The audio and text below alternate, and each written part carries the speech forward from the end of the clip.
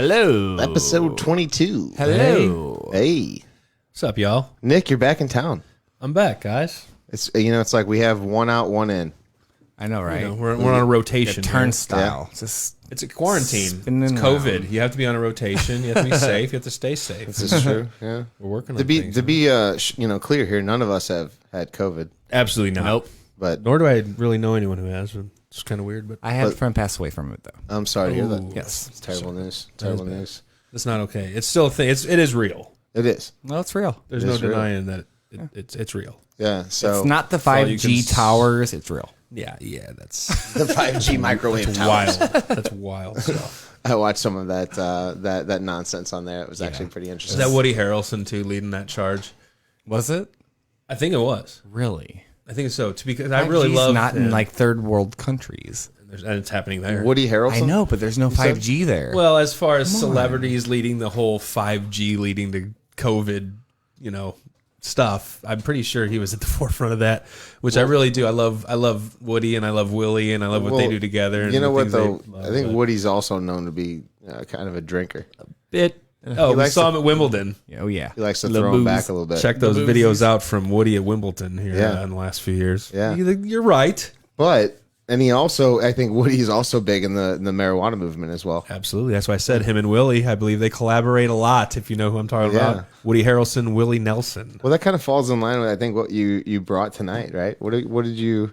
Ladies and gentlemen, break out the news of Mark's the beer of the day. Beer since on Mark's a not Monday. If you haven't noticed, our friend Mark is not here tonight. We miss you, buddy. here. Yeah, Mark, we're missing you. He's going to come on later though and talk some sports with us. Of course, we Wanna get can't him have on a the sports phone. section without Mark. That's just all there is to it. But for Mark's Beers on a Monday, brought to you by Nick, Brought to you by Nick. we're going to go with first beer we got. I'm going to pop this open right now. No can opener. I'm going to, like a man, I'm going to pop that So right what's open. the name of this beer though? This is from Sweetwater Brewing Company. They're out of Atlanta, Georgia. Okay. They put on an amazing music festival every year called the Sweetwater 420 Fest. Okay. It's named after one of their beers. They originated, the first weed-ish type beer they made was the Sweetwater 420, which was a long time ago. And I think I'm going to take a wild guess that these brewers have a small passion for marijuana. Yeah. Because they created this whole 420 strain. It's called, you've seen them out there, I'm sure. If you like IPAs and beers, you've seen a lot. They started with the G13 strain, and then they had the G13 Mango Kush Ale, which was just Interesting. fantastic. If you haven't tried these, when you crack them, just give them a quick whiff. Oh, yeah. I think I terpenes. I passed the It's pretty potent. I had one at the Helen Fitzgerald's with one of my wonderful dad's friends, Bobby, and I gave him a drink and he took a drink and he smelled it and he like got freaked out. He's like, dude, I was like, What's in this? I swear there's not weed in it. I swear you will pass if you have to go to work and pass a drug test tomorrow. You will. Don't get. I said I swear. So from It's just so fragrant of weed. Sweetwater Brewing Company, Insane OG is this one. It's a Mexican style craft lager. This is their newest one. It's called Insane OG, and it's brought to you by Be Real from Cypress Hill? Cypress Hill. Yeah. He created this. They turned to a couple true OGs for this collab, Be Real and his Insane OG, which is his actual strain of weed. Interesting. In Colorado, California, wherever weed's legal. Yeah. Reminds me of my high school days, a long time ago we did those things. Yeah. My friend Claire is tuning in. She says that she's had Sweetwater before, and she also says that IPA is gross. So It's an acquired taste. It's strong. She just wants you to know it. I don't think she wants you to back it up. I just think she wants you to know. All right. IPA is So it's gross. gross. Fair enough. Well, Thanks, Beer is gross to me, too. It's beer. You got hops. to be a beer fan to love strong hops, and this is strongly hoppy. Pick it, crack it, drink it up, come along and take a hit from this Insane OG strain from IPA, Sweetwater interesting. 420. This is actually not an IPA. The other ones were IPAs. The G13, the Mango Kush, those were IPAs. This one's actually It's a lager. Mexican Cider? style craft lager. Yeah. So- Hey, real quick, I Mark dig it. Houston says, "Hello, my loves. Miss your faces, Mark. Miss you, we miss Mark. you too, man." I hope I'm doing you well Mark, here on Mark's Beers your on a man Monday. cave. But that was my first beer, and I always know how Mark really brings it hard with 2 beers. So what do he you got never for us? stops at 1. His man cave was awesome. Mark, The your video. man I was cave. like, We did. wow. Yes. We might post a video of Mark's man cave later. That's for up you to guys Mark. see. That's his If personal he wants, stuff. if he wants you to see it, I mean, if I had that, I'd be like, There's a nice Might little make like people jealous. a That's little true. video flyby of just like kind of his collectibles and stuff that he's got in his man cave. and his Father's Day in his man cave. You said, man, and happy Father's Day to you, Yeah, Mark. happy Brand new Father's Day, Mark. Day. First First Father's one's Day. the sweetest, eh? Yeah, he's loving it. But I my can tell he's loving second it. beer, I don't know if Mark does ciders, and me and Mark might have different tastes. He's Boomer, do you do ciders? I love ciders. Okay. Mark, you'll drink the darkest of beers. I don't know if I can get those down. I'm more of a lighter beer kind of guy. I'm a fruity type drink. And ciders are where it's at. This one is really nice. I've never seen it before, but it's fantastic. I just want to point out how like Nick holds things when he's Dude, like he's really into elegant. thing. He's like a Could you imagine a handshake from Nick? dude. I have it's so soft. someone say that you would rival Vanna White as far as how you present things. My handshakes are strong but soft. Ooh, that's good though. You better believe it. Yeah, I'll give you a hand. learn a We're not lot allowed from a to handshake. We're actually So- not allowed to handshake anymore in So, America. So, as that's you- a pastime. As you talk about how big of a man you are and how strong of a handshake, tell us about your cider you have here. Beautiful apple cider. Bing. This is from. This is called Recorder Lig. Oh, do you want It's to a try that premium- again? it's Is that how you pronounce that? It's not Spanish, so it's not. It's not record. I think it's Recorder League, and Yes. it's a premium Swedish apple cider. Oh, it's fancy. It's 6.5 ABV, which everyone's drawn to the strong ones, eh? Is that what they like these days? There's whatever. Give me the highest alcohol content. It is produced in In a word I Abro. can't pronounce. It's You're produced like, yes. in Abro Breege, Vimmerby, Sweden. Yeah, it's legit. Vimmerby, Oh. Sweden. I was going to try to do a Swedish accent. Björgen and I was Kjörgen, down by the Schmidt Björgen From store. Sweden. I'm from Sweden. Speaking of Wayne's World, I'm wearing the Wayne's World Fantastic. shirt Perfect today. segue. They I'm love glad each that, other. I'm glad that you have You that. know, you long for a relationship like Wayne and Garth have. Let's be honest. Hey, we're on America. our way. You know, Oh, we're there, bro. they were out of Aurora. You know, we're out of St. Louis. Aurora, Illinois. You knew that place. Did you know it was actually pronounced Milwaukee? I did, says Alice Cooper. It's from Sweden. It's imported by Total Beverage Solution, Mount Pleasant, South Carolina. It's fantastic. I've only really seen this ever at Total Wine and More. So Okay. you know where that is in St. Louis. You shop there frequently? Duh, Okay. the liquor store. All right. Fair enough. And yeah, there's my So Mark's we beer had on to, a Mondays. we had to have that from Mark because Mark's not with us tonight. We always like to talk about sometimes local breweries and whatnot, but we're talking about Sweetwater tonight. And who is this? on? Sweetwater. And then Recorder League. And then the brewery here is Recorder League, premium Swedish hard cider. Look it up. I'll give you a website if I find one real quick. I don't really see one. It's Swedish. I don't. Do It's do they Swedish. have the internet If you over can't there? read it, think it's they do. good. I think they do. Actually, it is recorderleague.com. It's not Yeah. like Recorder League. You'll never be able to spell it. We might Well, put hey, the link up in the that was the montage that we had for Mark because Mark normally does So- his. So thank you for tuning into Nick's I hope I did rendition of it. I hope he did it some sort of justice. Mark's tonight. Beer on a Monday by Nick. I hope it remix. did it justice. So that's shout out to you, Mark. We miss you, buddy. Well, we also have another segment that we always do, and it's Nick's Stone Cold Locks. We're gonna get of the, right into of the it. century of the week. Of the Sound century effect. of The the sound week. effect. You know, if you We just, need- we need sound effects. we might have the Stone Cold Lock of the Week here coming up. I'm not sure. I don't really What's up, know. Kathy Rickerman, Duran? Thank you for tuning in. Will Higgins, thank you as well. What up, Courtney Houston Bev? and Nick Heberly's even here, so thank you, man. We Listen to appreciate that. it. We got a crew. whole thing. So what? So first off, let's talk about this because you went to the Mark Reblier drive-in concert. Actually, yeah. So I told you guys that we've been shouting out drive-in concerts for weeks and weeks because I Now- feel like that's the future of concerts. Now that was Tailgating at a concert. on last Thursday's show. That We were was. originally going to have you call in, but you said you were kind of shit-faced and having a good I time. wasn't. And Dad, Mom, I was lit. I wasn't shit faced. I'm sorry, I shouldn't have said that. Liddy fam. I was up litty, bro. So, but it was. I mean, just the vibes, the feeling at a drive-in concert. It's basically like a tailgate. Sure. It's a tailgate concert, and there was a bunch of rules at first, just because they had to, Well, they have to have the rules. waivers. They have to have rules. They have to tell you not to do things, not to bring things, and not to do things, because the majority of people will follow rules and they don't do things. But People love to be rebellious. they do. you know, Rebellious at the Rebellion. Break that rule. Rebellious. But no, it seems to be that the drive-in kind of concert is kind of the way. If you don't mind, there's one that I actually had seen that I think you had on your list as well too. Absolutely. It's a 3-day event. It's going to be Brad Paisley, Nelly, and El Monstero. It is. Actually. Go ahead and tell us more about that. It is. So it's a 3-day event here. Live drive-in concert. It's a live drive-in concert. And here in St. Louis, we've got, this is at Hollywood Casino Amphitheater, better well known as to us old people as Riverport. Sure. You know the place. Yeah. That giant parking lot you park in, it's going to be $10. There's going to be is there a price No, for it I'm yet? just joking. It's not $10. The tickets go on sale next Friday. You'll find out then. Yeah. I have a feeling it's not going to be that cheap. No. But it's going to be a great time. I'm telling you, the feeling of a tailgate concert's awesome. Plus, you got Brad Paisley on Friday for all you country fans. For you Pink Floyders out there, you got El Monstero on Saturday. huge. If you live in St. Louis and you haven't seen El Monstero, I don't know what to tell you. Then now's your That's chance. Saturday night, July 11th, you'll see them, which is awesome. But the headliner, Sunday night, baby, bringing it back to country grammar. Nelly, baby. Nelly, baby. Nelly. Sunday, July 12th, you got Nelly. That sounds like a fun weekend to me. I actually looked this up. If you look it up, they play in Indianapolis too. It must be Brad Paisley's thing, Maybe. because he plays Friday here, Saturday in somewhere, and then Sunday in Indianapolis. Okay. So this is happening in 3 states at the same time, the same weekend, same 3 states. You know, they're just recycling artists, I guess you could say.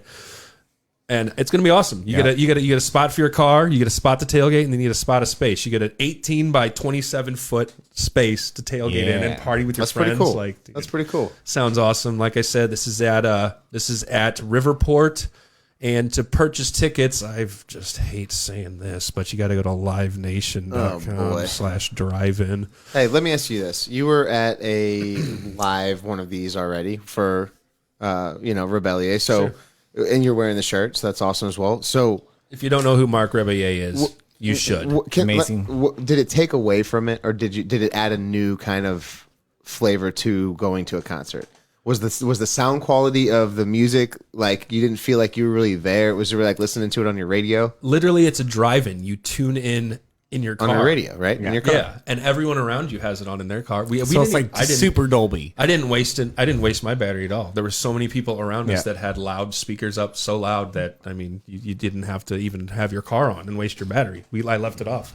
If I had it on and turned it up high, it'd have been louder. But no, there's no question. You can hear every single word he said, everything he does. It was amazing. It was an amazing experience. Like I said, there was a lot of rules at the beginning. No getting out of your car, no rolling your window down, released row by row. You can only breathe if your window's up. Literally, the rules that they put out there in the beginning were kind of scary. But once you got there, I mean, it's like, It loosened up a little bit. yeah, people actually weren't wearing masks, which maybe you should If you're 6 going. feet away. Yeah, there was plenty of social distancing going on. You had your own space. It was a beautiful thing. People were still hanging out together, with respect to social distancing, Sure. and everyone's on the same page here. No one wants this to keep going. So, but I guess my ultimate question was like, for a music fan, if you were going to go and actually see one of these concerts or go to one of these, like, is it really just you sitting in your car and enjoying the company of other people from a social distancing perspective and the environment? Because really, you're not watching them on a stage. You're not getting close and personal with them. It's nice that they're doing it for you, but it feels like it takes a lot of kind of like what you enjoy as a music fan to go and actually see a concert. The artist you're talking about. Yes. So that was actually something I questioned, which I didn't send you guys the videos of this. Maybe we can even post these to the chat. But it was so awesome, dude. He's playing in a tent, a green screen tent at the behind the parking lot. Right. So everyone's parked. You're parked. You're facing the screen. Boom, boom, boom, boom, boom. Screen's here. But like here, he's in a green screen tent. And Sure. you can leave your car. You can go back there. There was a whole mob of people. It was just like watching him in a green screen. He came out, like he put a mask on. He had security around him. Like if you wanted, people were being really ballsy. Like they went up to him without masks, and he was talking. Literally, his Uber driver from the morning. He said, "This is my Uber driver. He said he was coming, and he was there. He didn't have a mask on. He's like, the guy was like, F masks. I'm not wearing a mask." And he was like, all right. Well, we're gonna go over here, and they want you to follow the rules, obviously. Sure. Yeah. But dude, overall, it was We'll call that guy Old Jack. You never put a microphone in front of Old Jack, your Uber driver. I feel like he drives in the morning and then starts drinking at 4, and then at 9 o'clock is when he talked to Mark Rebillier. So we know what happens there. But dude, overall, just it's a tailgate. So it's like basically like tailgate taking the fun and the excitement of like a tailgate for like a sporting event as opposed to more or less a music concert or whatnot.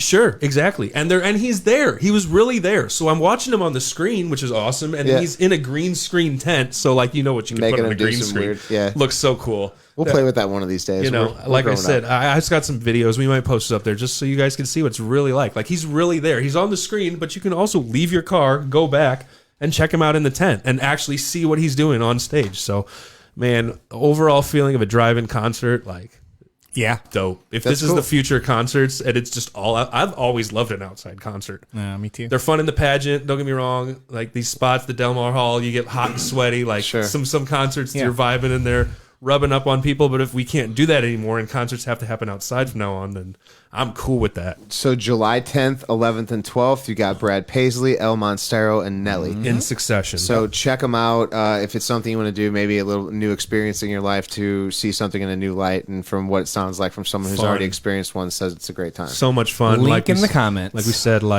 livenation.com/drive-in and check it out. You got a big space. If you guys are still worried, I understand. We're still worried about. We're figuring this Just out. We look- don't know enough Go about online and look at Corona. it. They actually You've have, got a huge space. yeah, they give you good visuals too of what you're going to be dealing with, and I think it gives you a better perspective of hey, this could be a lot safer to go and do if I go out there or bring friends or family or whatnot. And I mentioned the one a-hole Uber driver who wasn't wearing a mask. Literally, like 95%. Old Jack, remember? His Old name's Jack. Old Jack. He Old just he might vote for Trump. You never know. But ultimately, 95% of the crowd was wearing masks, and everyone respected each other's privacies and respected each have other's to. space. And this time and you yeah, have to. that's good. that's how it was, But- man. This is such a good time. Well, Mark Rebillier is a legend, and that was such a good Well, time. what other, I would say, music besides the Paisley and Nelly and El Monstero do you have coming up? That because everybody's been waiting for music to get going again. Concerts were all canceled, festivals were canceled. So it's exciting to hear these people actually getting back out to show it at some sort of medium, even though it's a drive-in in a car.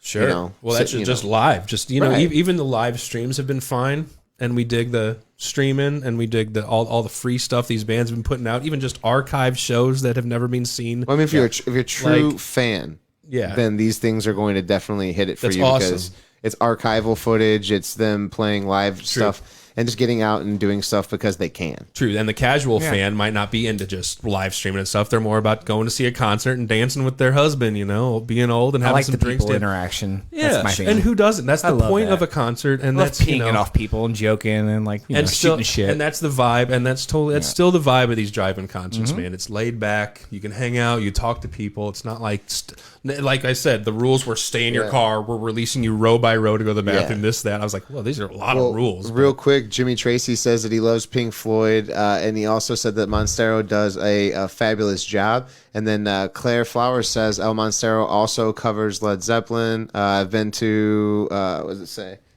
PF twice and Led Zeppelin once. Okay, so nice. I believe they do a Led Zeppelin thing too. Shout out to I believe John Pink Floyd. Sorry, I would imagine that's what that would be. PF. John Pizzoni from The Urge, who is Yeah. the drummer of El Monstero. Okay. I just love that guy. You Which are we a idol shouted of out mine. just Thank last you. week. The hot dog place by Steve Ewing. Steve's.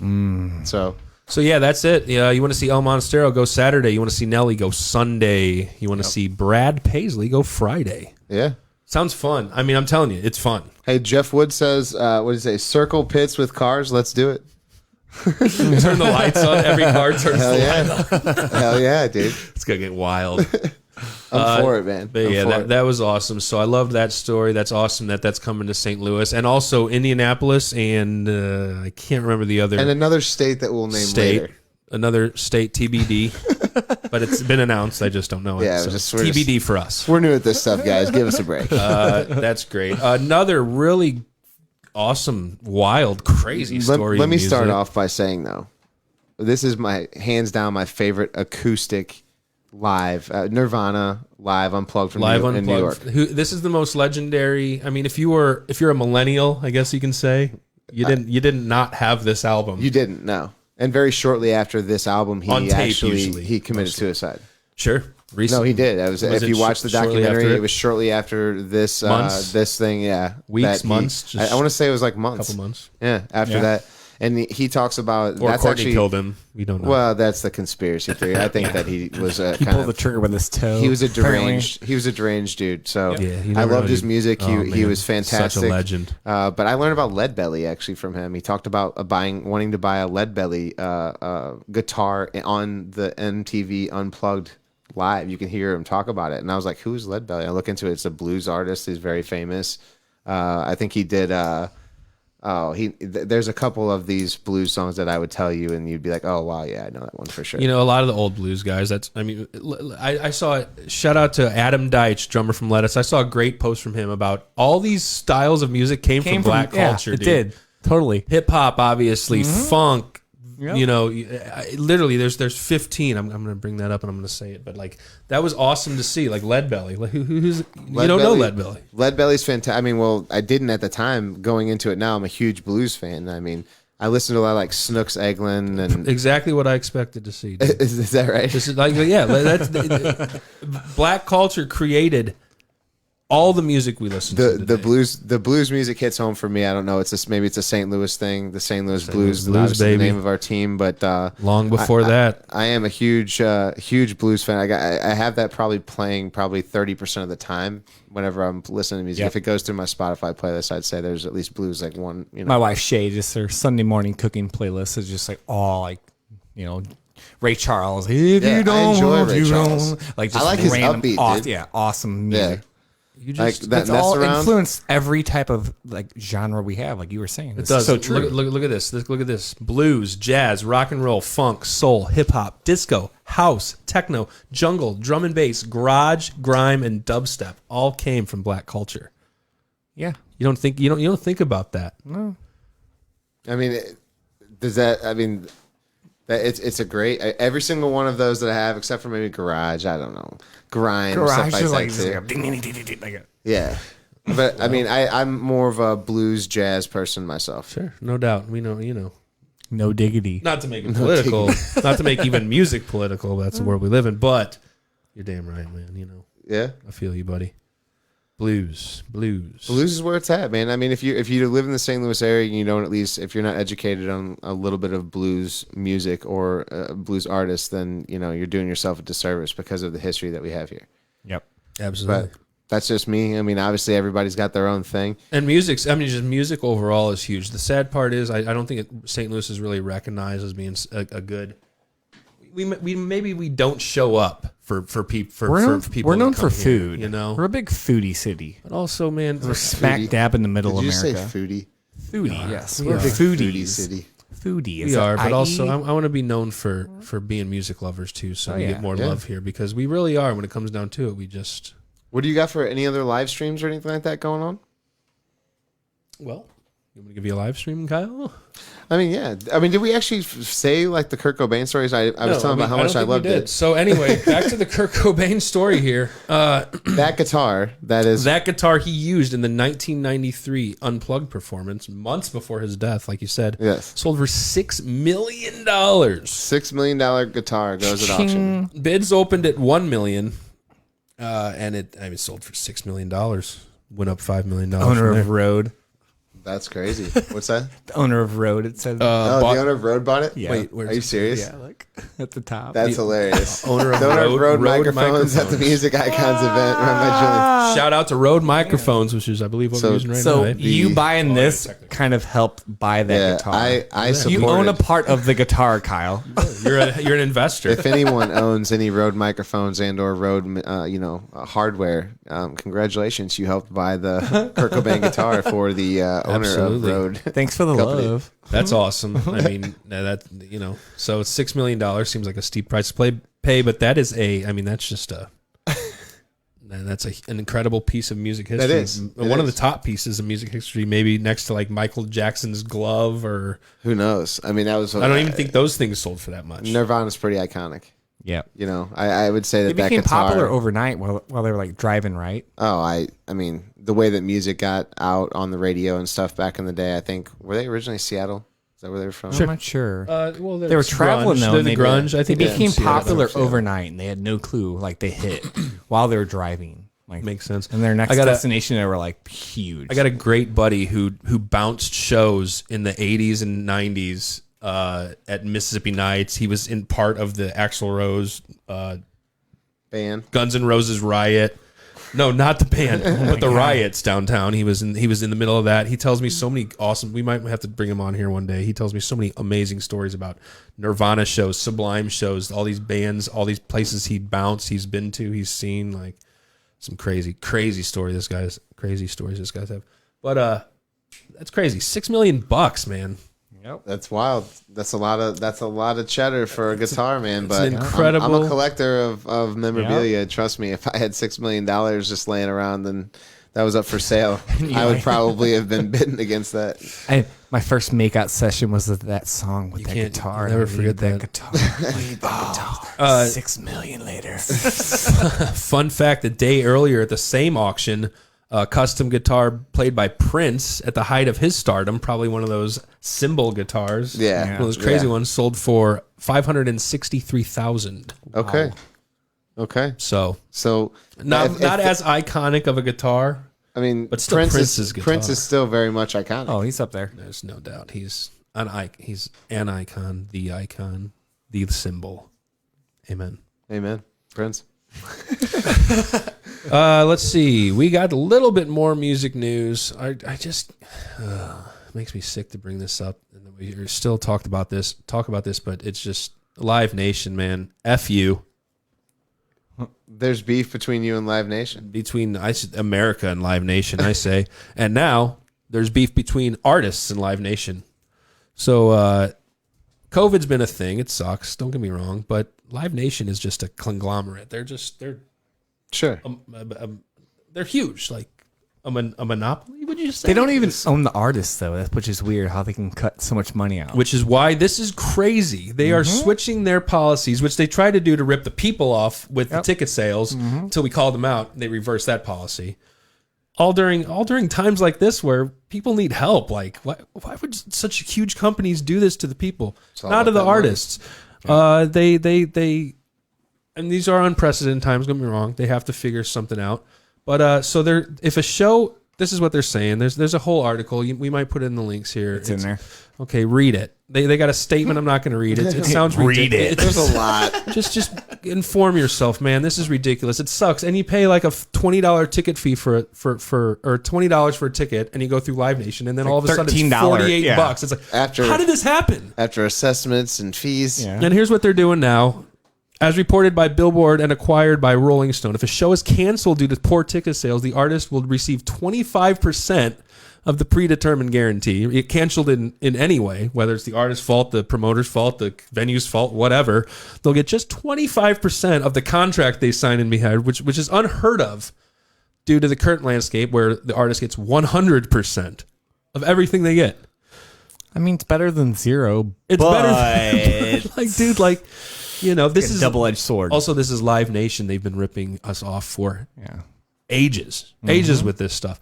The article and the link is up in the comments. I just wanted to bring everyone's attention to this. You know, It's interesting. it's not going to really. You kind of have to buy tickets through Live Nation if you want to go see the popular bands you So want to they've see. got the monopoly. So that's But why I consider they're it kind of a shady, monopoly. so just be careful So when you get your shady, tickets and it through drives you Live Nation.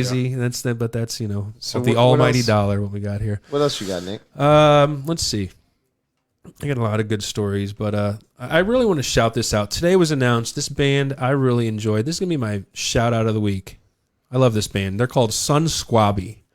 And if you love EDM, dubstep, mixed with funk, mixed with rock, mixed with wild stuff you've never even thought you could hear before. Mixed with a Hunter S. Thompson, Fear and Loathing in Las Vegas. I mean, look, little thing you gotta- there. Oh, You they gotta know look- what's up. Dude, this So- band is awesome. They're so dope. They're called Sun Squabby. Listen to them. They got the Top Down Tour 2020, all virtual. That's Nick's shout out. My band, my artist, band musical shout out of the week goes to Stone Cold pick Swabby. of the century of the week. So they announced their tour. Oh yeah, I got it ready. Weenie. So we got the so from June 11th, which has passed, to August 27th, which is 12 weeks. They're playing every Thursday. And that's another cool thing about this streaming stuff. Like, they might be just playing at venues with no people, but you can see every one of them. Yeah. It takes a small donation. Don't get me wrong. They're still on tour. Basically, they're going to be playing different venues around Colorado. They're going to be in recording studios. They're going to be inside their own homes, Zoom meeting with each other, playing. They got Q&As with fans. Dude, these guys are awesome. They just need to make some money. These are bands. They need to make money. Swabby. There's 3 different packages you can purchase. The $50 just to watch all 12 shows over over a 12-week span. I mean, that's a small price to ask for a band who makes their living not off bad. touring and selling out shows. 75 is the next tier. 75 merch bundle package, so you get a shirt. And then you can watch all of it. And then you got the VIP experience package with I haven't looked into that, so you guys might want to check that out. That could be something They incredible. blow you a kiss or something like. Send you an autographed vinyl or something. I don't know. These dudes are awesome. I guarantee it'll be well worth it. Check out Sun Swabby for my shout out of the week. Of the century. But of the week. We've made it to the Oh my god. Stone Cold live streams of the week. Nick, we told you not to do that. I don't listen to anybody. Dude, And, someone throw this dude 2 cold ones, man. Smash him again. Whoa, not over the podcast, bro. Should have. Whoa. Saw, dude. But So, not gonna what lie, do you got? I Let's just hear like your playing streams. that. I'm not gonna lie here. The live streams have been running thin. Yeah. So a beautiful intro to something that's been Yep. running thin. But it's 2 bands I've already shut out. I'm gonna do it again. We got Talking Tuesdays. If you guys haven't listened to Talk yet, I know it was my shout out. No, 6, 7, 8 shows ago. But please, TAUK, Talking Tuesday tomorrow. Their Mighty Morphing Halloween show replay from Asheville, North Carolina. You're not gonna. If you just want to dance in your house, you're not gonna Talk. You're not gonna hate this. You're gonna love this. 6 p.m. Central. I believe that's how that math works there. And this is on their Facebook. You can just stream it. You go to Talk's Facebook page, and they'll be on Facebook Live. You just tune in, and you'll find it. And it's awesome. And Talk is awesome, and you'll love them. If you haven't checked them out yet, please do. And then for all you old heads out there, I shouted them out too. And I watched a great 2004 Bonnaroo documentary today that just brought me so back to the old Good school old days of throwback. festivals. And Dave Matthews was a big part of it. And I've shouted this out before too, but every Wednesday he does a archive show. And donations always go to something important. The Nature Conservancy is this week. Plant a billion trees. I mean, just always something helpful. I love bands that ask for donations for helpful, specific helpful things. Like, this is awesome. So the Dave Matthews Drive-In happens every Wednesday night at 7 p.m. Eastern, or 7 p.m. Central, 8 p.m. Eastern, which translates to 7 p.m. Central. This week it's from July 9th, 2019 at the DTE Energy Music Theater in Clarkston, Michigan.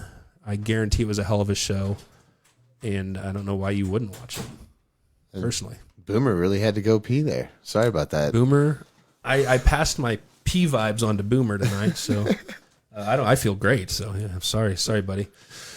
And in other music news, this is a big one for me. This article you have here. Big news in the jam world, Grateful Dead world. Finally,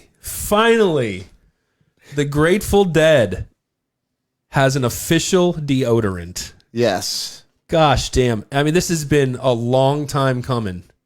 For all you have been to Grateful Dead shows, music festivals, any show in the jam scene, any show that requires hippies to be in the audience, you know what that smells like.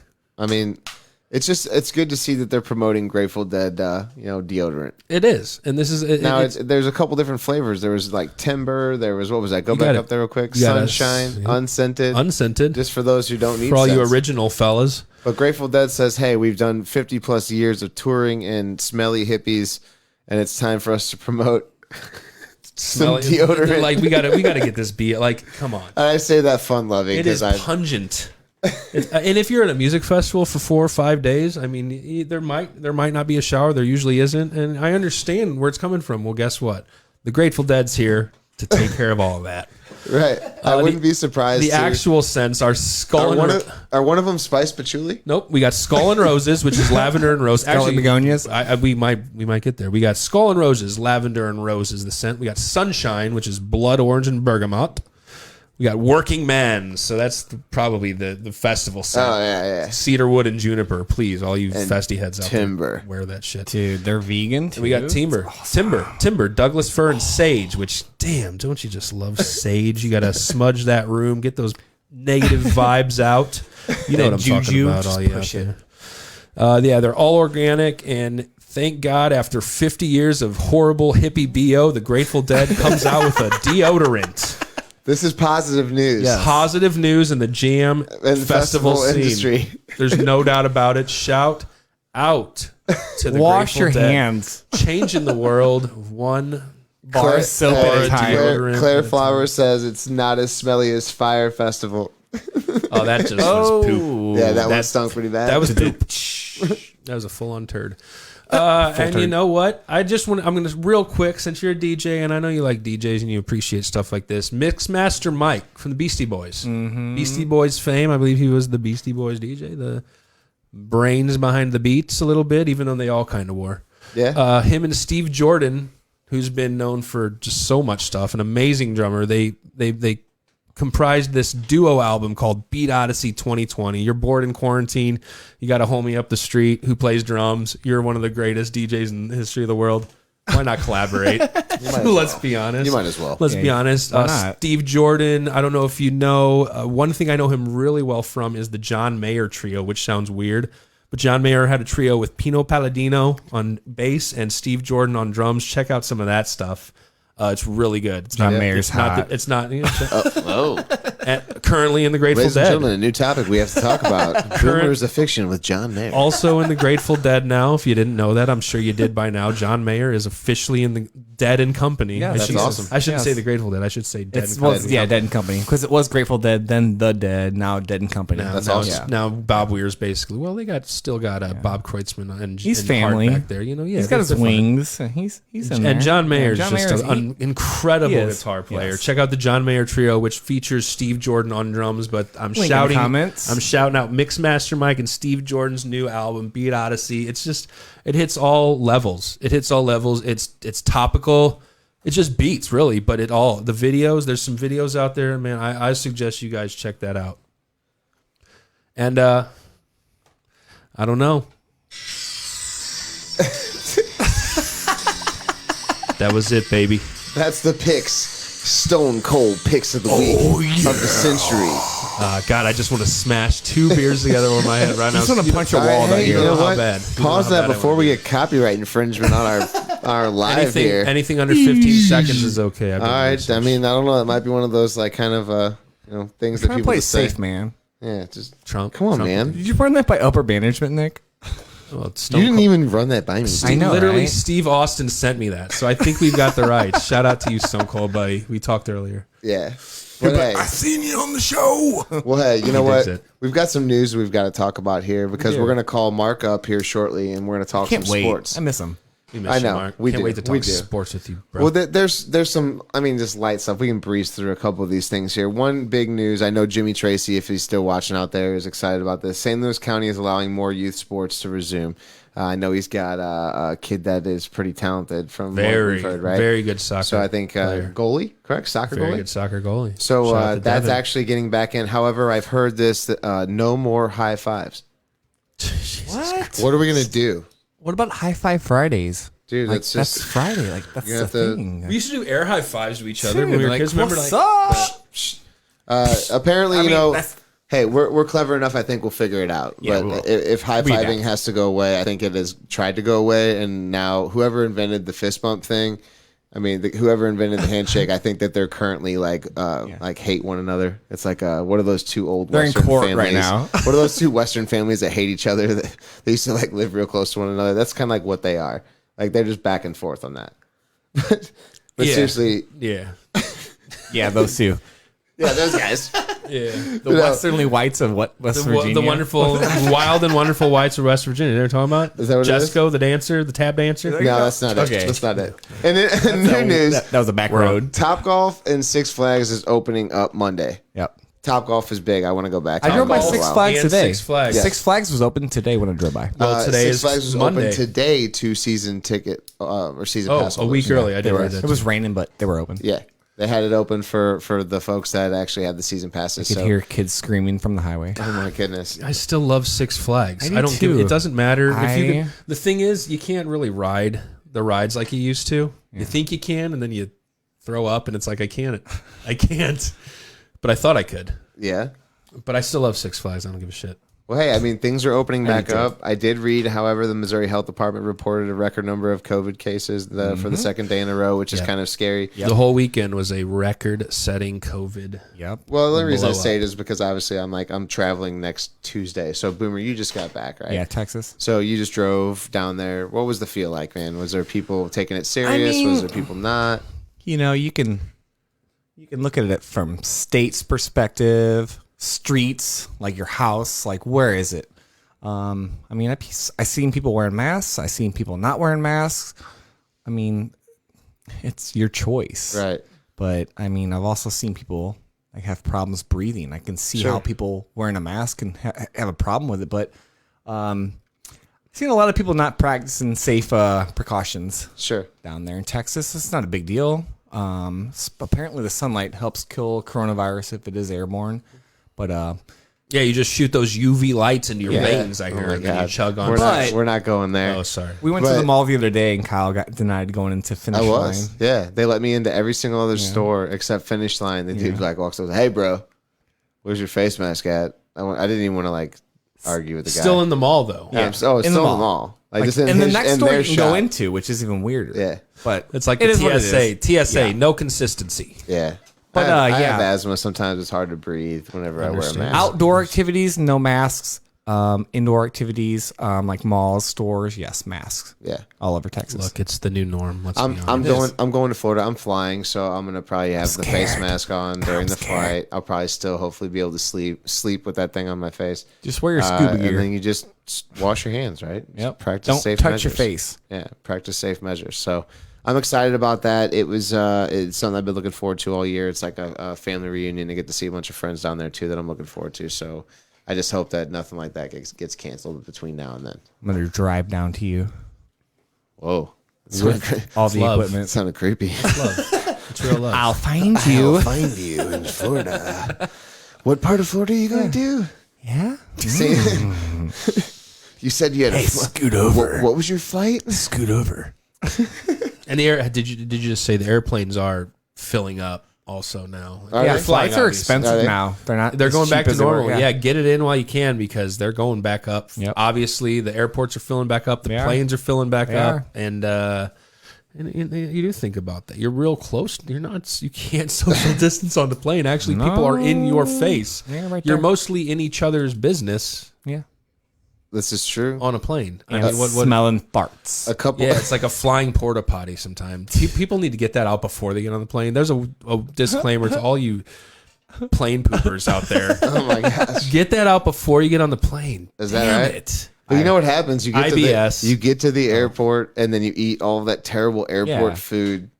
You know, and then Get you're it just there like you get on early the if you plane, you're plan like, on oh doing man, I shouldn't have eaten that Chili's. That bubble guts. Ugh. Well, it's mostly just the farts around you. I think the people, They- people drop by. They can get away with it because no one claims it. They're like, "Ooh, who was it?" It's I like a didn't game. I feel like the chubby. I've always been getting blamed for those as being a chubby kid too. It sucks. I It's hate funny. I don't have farts on planes or in the airport. It's one of the topics for tonight. I apologize for those of you that are tuning in for this. that was an improvisational topic.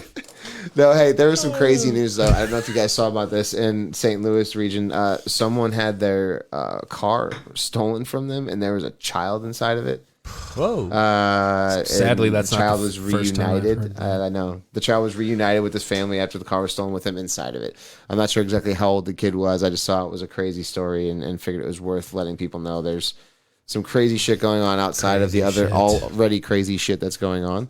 So just make sure that you're careful. Now, my other question when I saw that too was, what the hell? Like, how did they like actually hold him at gunpoint and steal it, or was like the kid left in there, a guy ran in the gas station with the car running, and someone jumped in there and stole the car? Because if that's the case, then there's obviously some blame in other areas you can throw it towards. Thank God the actual car thief does have a bit of a heart to where he'll realize there's shoot. Oh wait, there's a baby There's back a kid. there. Oh, my bad. Whoops. Yeah, maybe I'll abort this and go steal It's like, something oh else. shit, I don't want to. At least you have a bit of a heart to realize there's a baby in the back and you abandon the car and leave it. Yeah. So that's, hey, Jeff Wood would like to point out that he shared our video, which thank you very much for sharing the video tonight. And then we immediately started talking about farts. So sorry, Jeff. I don't really know of what. I don't know where you that couldn't came have timed from. that any better. They kind of did that, so that's kind of on them. But Jeff, you literally couldn't have timed that any better, and thank you for sharing. Hey, the fart. it's summertime. There's some new stuff that's actually coming out. One of the things that is trying to help alleviate the fact that people are cooped up indoors is YouTube is doing a virtual summer camp. Yeah, they are. Tell me about that, Boomer. So it's like 1,200 hours of like summer camp interactivity things that you can go on. It's like a hashtag like summer camp or something like that. But your kids can go on. It's DIY things, like things to do. If you're Kind of like cooped in arts your and house. crafts or things that people would normally do in a camp-like situation, but virtual. Exactly, like a virtual. That's neat. That's neat. I like that. It's like people thinking outside the box to like get it to people's homes because now there's gonna be some like parents that are like gonna watch the videos and be like, "This is what I was sending my kids to camp for." Like I thought I was sending them there to like learn team sports. $1,000 a week. What? Right. But no, that's summer camp is obviously something that's definitely gotten interrupted. Other summer festivities have obviously gotten interrupted because of all the COVID stuff that's going on. But one thing that is not being interrupted, at least at my household, is the summer barbecues.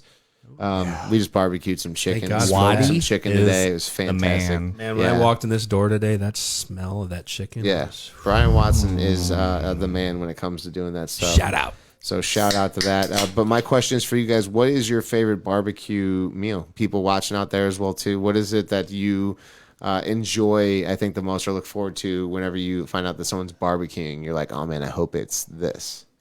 Nick. Okay, Boomer, go ahead. Go Boomer. I mean, I'm a big rib fan. Oof. And apparently, what's it? What is St. Louis and Kansas City known for? Their pork steaks or whatever. So those are good too. But like falling off the bone ribs, like smoked ribs, and I want the hottest sauce. The hottest sauce. Like, so you want some spicy ribs. I want that shit to hurt. And you like the baby back ribs or just a regular slab? I mean, I want some meat. I don't So want. baby I don't want back. to tinker. Okay. Like Beautiful. Okay. yeah, I want to fall off. What do you got, Nick? What do you think? I love what you just said in every aspect. I'm trying to think of what I like more on the grill. Literally just the taste of charcoal grilled meat. Mm-hmm. Interesting. It literally doesn't matter what it is, from a bratwurst to a hamburger to Apologize ribs. for you vegans out there that might be watching the show. We're just kind of talking about what people are interested in. Kathy Tier says baby backs and jumbo shrimp. Shay says Watson is one of the best cooks ever. Amen. Always Can we delicious. Call him? And Jeff Wood says pork steaks because he's from St. Louis. Literally. I mean, any of these things done the right way could be the best thing you've ever tasted. We should go live one night to Wadi on the grill. Like, we're here with Wadi. I'm on the grill. Maybe he grills our hot dog challenge hot dogs. Yes, we are going to be doing that, actually. Hey, I would like to contend. We'll have to. Well, you're going to because you're a part of the podcast. Well, good, because I'm going to, because I'm part of the... Well, now I don't know if I want you to. Okay? No. All right, so here's what we're going to do, though. You gotta Two be careful, things. dude. Hey, two things, though, that are very serious. One, we are going to be doing an NHL playoff bracket. Absolutely. We'll talk more about that later in the sports section. Two, we are going to be doing a hot dog eating contest. Absolutely. Between me, Nick, Boomer, and Mark, all part of the Nameless Shameless group. Maybe we will even be recording it, maybe putting even it a listener live. or two out there. Yeah. Maybe even including a listener or two out there. More details to come. We're gonna have a slight break here, but we're Now, gonna come back. let it be known that we will be practicing social distancing. We Oh, will this have will happen someone on outside. site in case someone chokes on a dog. We'll have All right? OSHA. We'll have OSHA here. We'll OSHA have. will be here to make sure we're practicing safe believe- workplaces. I place believe Mike environment. Pence is going to make an appearance here. We're going to have the Attorney General here of Missouri. She's going to help us out. She's going to. No, none of these people. Are here. Yeah. I was just thinking of official people. I was just thinking of Come back official down here. words. Come back down, Nick. Well, hey, let me tell you. dog So eating my contest. It's my coming, barbecue baby. choice, honestly, if it's not ribs, are obviously fantastic. Pork steak, you hit it right on the head. We're from the Midwest, so pork steaks are going to be there Huge for sure. fire done right. As of late, ribeye caps. Ribeye caps are fantastic. Just delicious, really tender, fall Ribeye apart. caps. Is that Yeah. burnt? Is that burnt? That's not burnt ends. Is it? No, ribeye caps are caps different. is it's kind of hard. I'd have to have Waddy explain it to you, but they're typically got the string holding it around, and it's either wherever the ribeye comes from. It's either another slice real close to that, where they're taking just a real tender piece of meat. But they normally sell like 2 or 3 packs of them at Costco. If you're lucky enough to find one whenever they're there, and they are just super tender. They fall apart like butter. Ribeye Caps. caps from Costco, and From they're Costco. there very obviously they go fast because they're amazing. They do and they will. Ribeye Yes. caps. I'm writing this. Now I need those. Now, speaking of other food-based things, we want to touch base on this real quick. There is some snow cone racism. And we're not going to go into this deep, We but won't go too deep. let's put it this Of course, way. it happens at the Missouri-Kansas border, like the heart of Right. Midwest.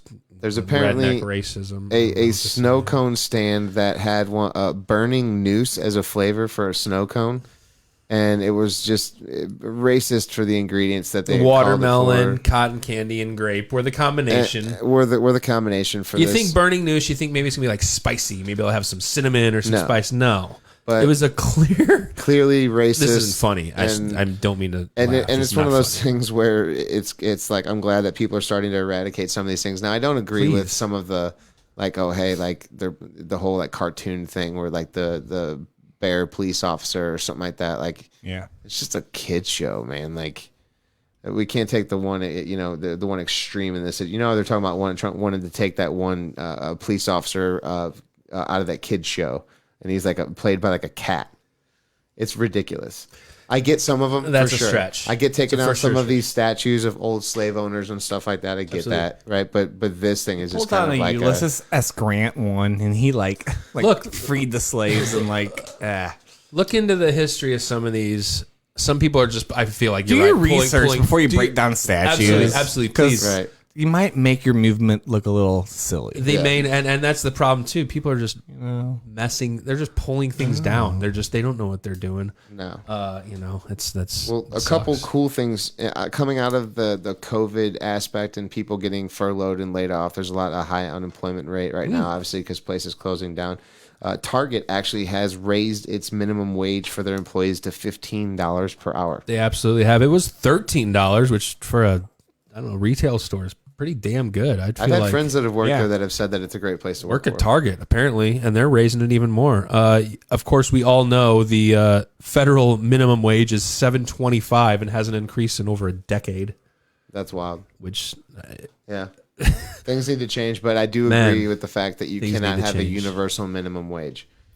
Obviously, because of demographic of where you live at, Yep. the minimum wage needs to change based on that. a demographic. Walmart or a Target can pay people more than a family-owned mom and pop pizza place, right? True. Like, True. that's where that's why that number's there. There's news though back in the day where apparently they had changed or raised the minimum wage to like $15 something. I heard that was, And then happening everyone's like gung universally. ho, like, yeah, this is cool. And then there's immediately something in Missouri that like reverted it back to where it's not the case. Just so you know that, like that's a real thing. Oh yeah. Oh, I know.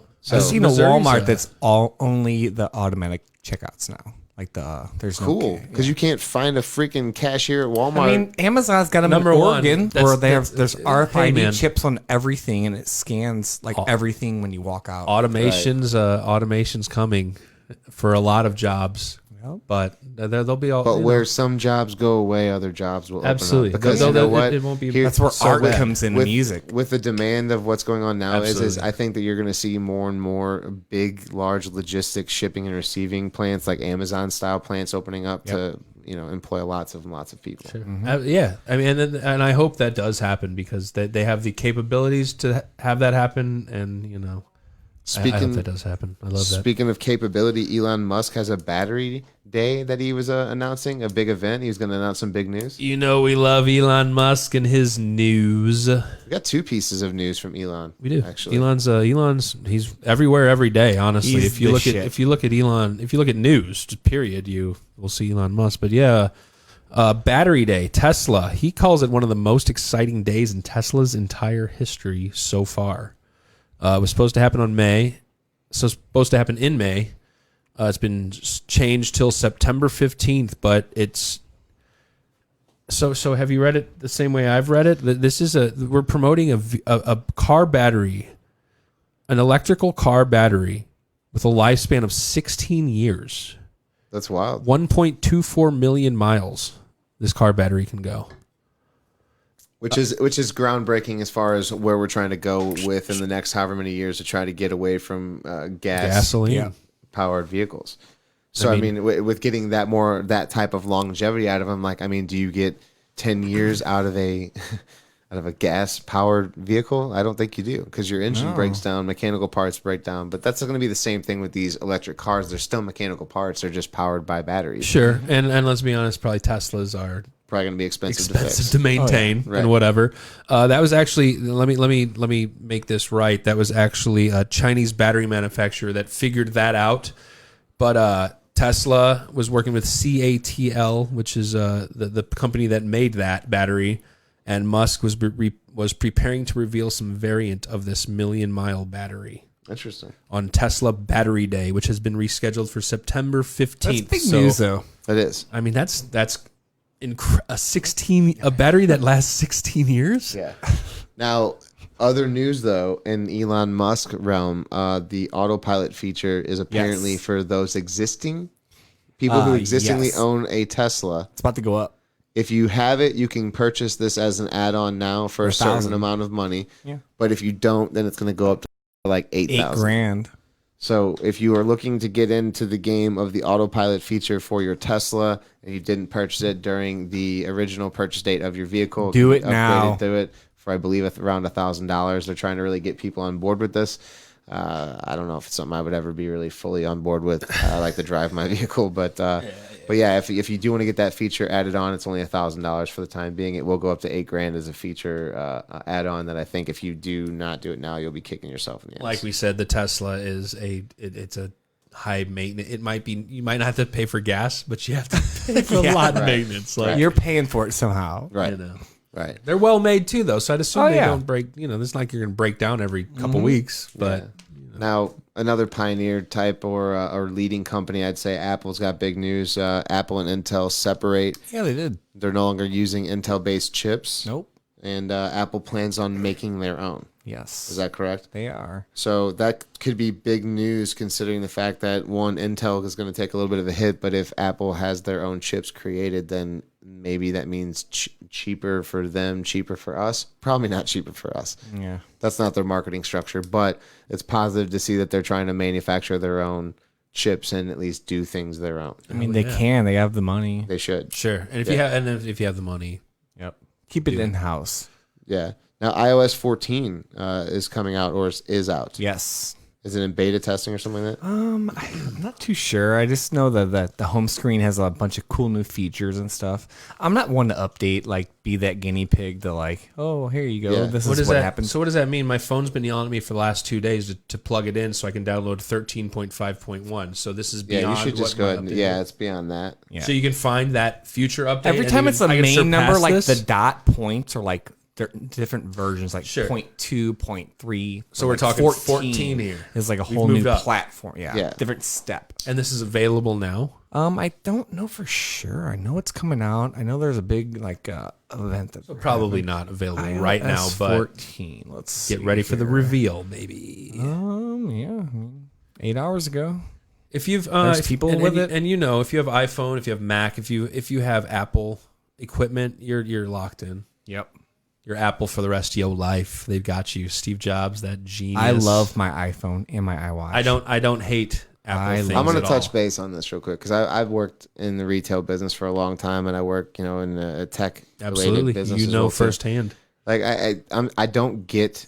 To me, it's like the argument over what's better between Android and Apple is like who's better between Kobe Bryant and LeBron James. Just personal preference. It Or really like is. tennis shoes. It's like you're still gonna get there. I had an old lady actually ask me like, well, how could you best explain it? And I told her, well, they're one's a flathead screwdriver and the other one's a Phillips head screwdriver. Oh, They're both screwdrivers, and there's going to be a time where you might need one instead of the other.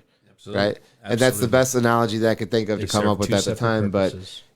But to me, Apple, I've stuck with it because I'm invested in iTunes, and they obviously have the marketplace structured, and it's been the most structured marketplace for a long time. So it doesn't make sense for me to switch over right now. Sure. I have an You're lucky. Android phone for work. I'm real clunky with it. Yep. And every time I've heard people are like, oh, well, you should get an Android. And I'm like, well, why? And they're like, well, because you can customize and do this, this, and this. Yeah. I'm like, but do you do it? And they're like, no. There's these features, but Marketing. Yeah, and it's like, so, okay, so you're feasible. telling me it's kind of a niche thing that maybe somebody might do, but you like that they have that capability of doing it. Now I get that though, like because if you want to be able to make it your own, then that's important. You want to make sure that you have speaking- that capability. Sarcastically speaking, like for real, like compared to like Android phone, like you hand a iPhone to a kid, like it's a Fisher Price toy with the way that the user interface is. Like, Yeah. it's seriously just so user friendly. We actually have a really That's important, why I love that. really important question. I didn't mean to interrupt you. I apologize. Oh, you're fine. Tim Cresco would like to know: is it actually free to be happy? Tim, it is, but happiness is only real if you share it. There you go. And Okay. speaking of sharing, share this video Amen. because this video Yeah, might Tim, go ahead and actually share this spread video. happiness to other people as perfect well too. segue. Share So the thank you so video. much, Tim, for Share, calling that guys. out, man. And nice answer there, Boomer. And I thank you guys. If you are watching right now, thank you so much. If you haven't shared the video already, please share it. We're trying to get out to as many people as possible. Share the video. Help us out. Follow us on Twitter too, you guys. We're on Twitter at the Name Shame Pod. If you haven't heard that every week, we need Twitter follows. Follow us on Twitter. Why wouldn't you? If you have Twitter absolutely. and you can search at the Name Shame Pod, why would you not do it? Is what I want to know. Let's be honest. Seriously. But Maybe you just don't like me. hey, let's. You know what? We've got some sports. Guilt. We got some sports that we're going to talk about. We've got Mark On to Houston sports, coming in. baby. There's some good sports. There's some bad sports news. There's some good sports news. That's just the And no, Jeff, Climate Wood, he we're didn't in. Stop it. We were just, we're having fun. Mark. Hello. Hello. hey, Hello, buddy. Hello. How in the hell are you, Nice Mark? to hear all your voices. Miss you tonight, buddy. Yes. Hope I did the. I Miss you hope too. I did Mark's beers on a Monday justice. You did a fantastic job. Thank you. Very proud. I did a cider. Are you mad at me? No, you did great. All right, I love you. Hey, you know what, Mark? We had to get you on here, man, because I know you've got the daddy duties and stuff that you had to do at home. And amen. so and happy completely- Father's Day to you, Yeah, buddy. happy Father's Day, man. buddy. How was your first Father's Day? the It was best. great. He shit on me first thing in the morning. Nice, that good is start. pretty You normal. can't Good ask start. for anything So, else. No, and it was cool. We had him out in the pool. He hated it, so that's fine. But like me, I guess he's scared of the water. Just kidding. But He's no, it months. was good. He's And months old though, right? he is 5 months old. 5 months. So, So Yes. we might not be to 5 the months water old. stage yet. I don't know. Maybe. yeah, I put his feet in. It's like, Yeah, like nah, that. not having I was this. like that at 28 when I first got in there, so it's no big deal. It's like I got a whole wet diper on now, covering my entire kidding. bottom half. Yeah. Get me out of this. If Yeah. only he knew what was in this diaper still, he would see what's going on. But That's yeah, funny. it was good. It was nice to have the family over, and it's pretty cool. Being Well- a dad is anyone who told you it's not worth. It's the best thing ever. Hell That's yeah, dude. awesome. That's You're the awesome. man, Mark. 100%. Well, hey, Yeah. dude, we've got a docket of some important sports stuff up tonight. I'm excited to talk about. Actually, the first thing that I wanted to talk about, I think if anybody who lives in the St. Louis area is excited about, is the news that Vladdy is back on the ice in Phase 2. Wasn't that cool to see? It was cool to see. Man. Very cool to see. Oh, Now, Yep. if Vladimir Tarasenko being back doesn't get you excited from a Blues perspective, I mean, you look at our depth and you think, who is it that's going to fall off or who's going to go down or where we're going to slot him in at? Because we've been playing so good without him. So, a guy like that coming back, I hope that we don't go to the feed Tarasenko on the power play.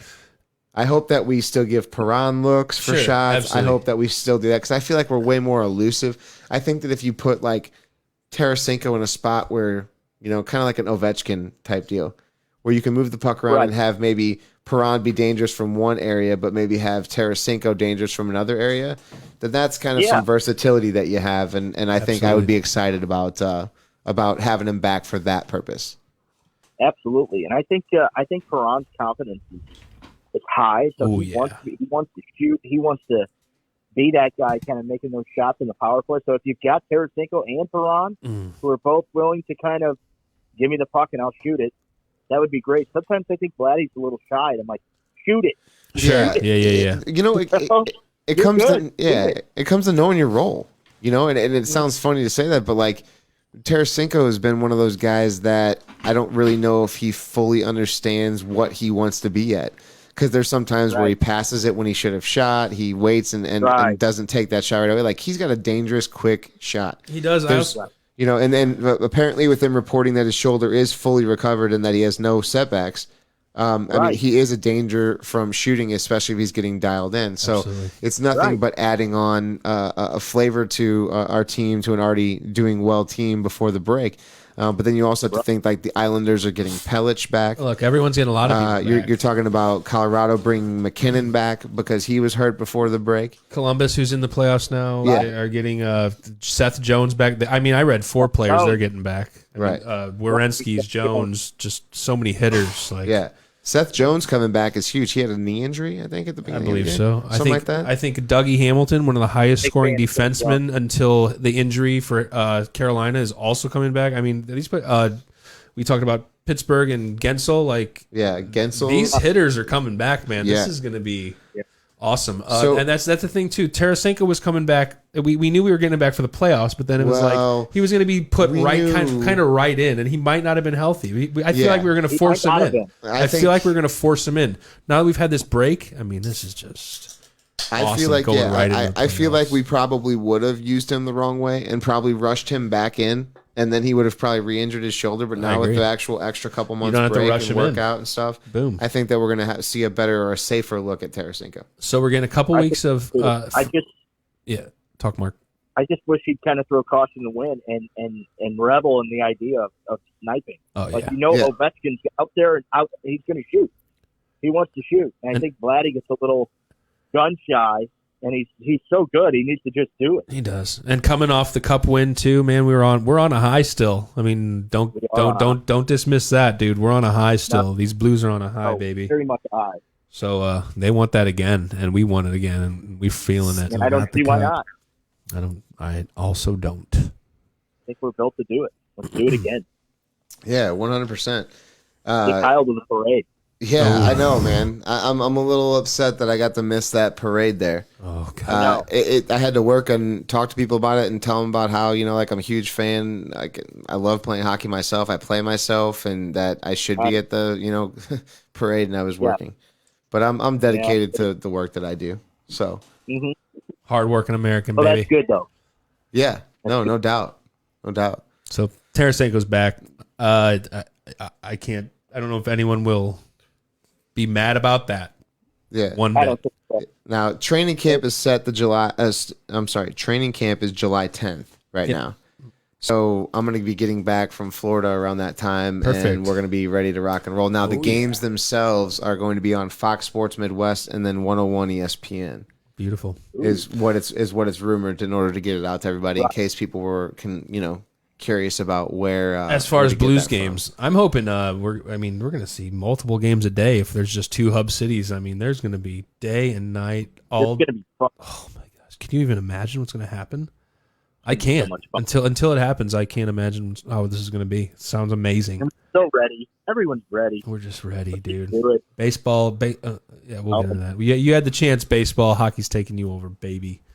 So that's the thing. So camp starts July 10th. There's going to be a couple weeks of training camp, and then every team's going to play an exhibition game, apparently, just to get their feet wet, Really? get back into game shape, and then boom, July 30th, right into the playoffs, Ready baby. to go? Right on, ready to go. And Ready to like we mentioned it last, there's the playoff round with the 16 teams, and then there's Yes. 8 teams with buys. But those, while the playoff rounds are happening, those 4 teams in each conference are playing each other for seeding. That's correct. kinda That's right. That's correct. I thought we would just get the seeding, but I guess you can't really do that. Which No. if for the Blues and Bruins overall, we're both the top teams in each division. Sucks for both of us, but I also like the fact that we have to play our three top competitors leading into this. So if we're ready to hang, we're going to beat them. If we're cold, we're not going to beat them. We're going to drop down. So what questions do you have that arise whenever you think of what for the qualifying tournament and then for the tournament after the qualifiers have been chosen? What do you guys think that the big questions is for the Blues? Because I'd say number one for me is Tarasenko going to come back ready? Like not like ready physically, but like mentally, like game ready because he hasn't played in a game since the injury at the end of last year. If you want to come to me first, I think that is a huge factor. Also, the fact that none of us have played in 3 months, Right. And I think that's going to affect the entire league. So. So too. This is just going to be everyone's on the same page, which I like. It's not like one team has an advantage here. Like we're all playing in front of no fans. We've all haven't played for 3 months. We all we're all on the same page. My biggest concern is just kind of the mystery still. Like how is each individual team going to react to? Are Jake Allen and Jordan Binnington going to have a lull because of the time off? Do you think that the goaltending is going to suffer because of it? Mark? I think once they get out there and they get going, a couple games too to get us broken in, that's good for. It's going to be good. Agreed. It's actually nice to have those playoff games maybe that we have to play for a seed because you're going to get some. I mean, you're going to be in the playoffs though, but at least get your feet wet, get involved in it. And I like the idea that I've heard of having the players possibly mic'd up.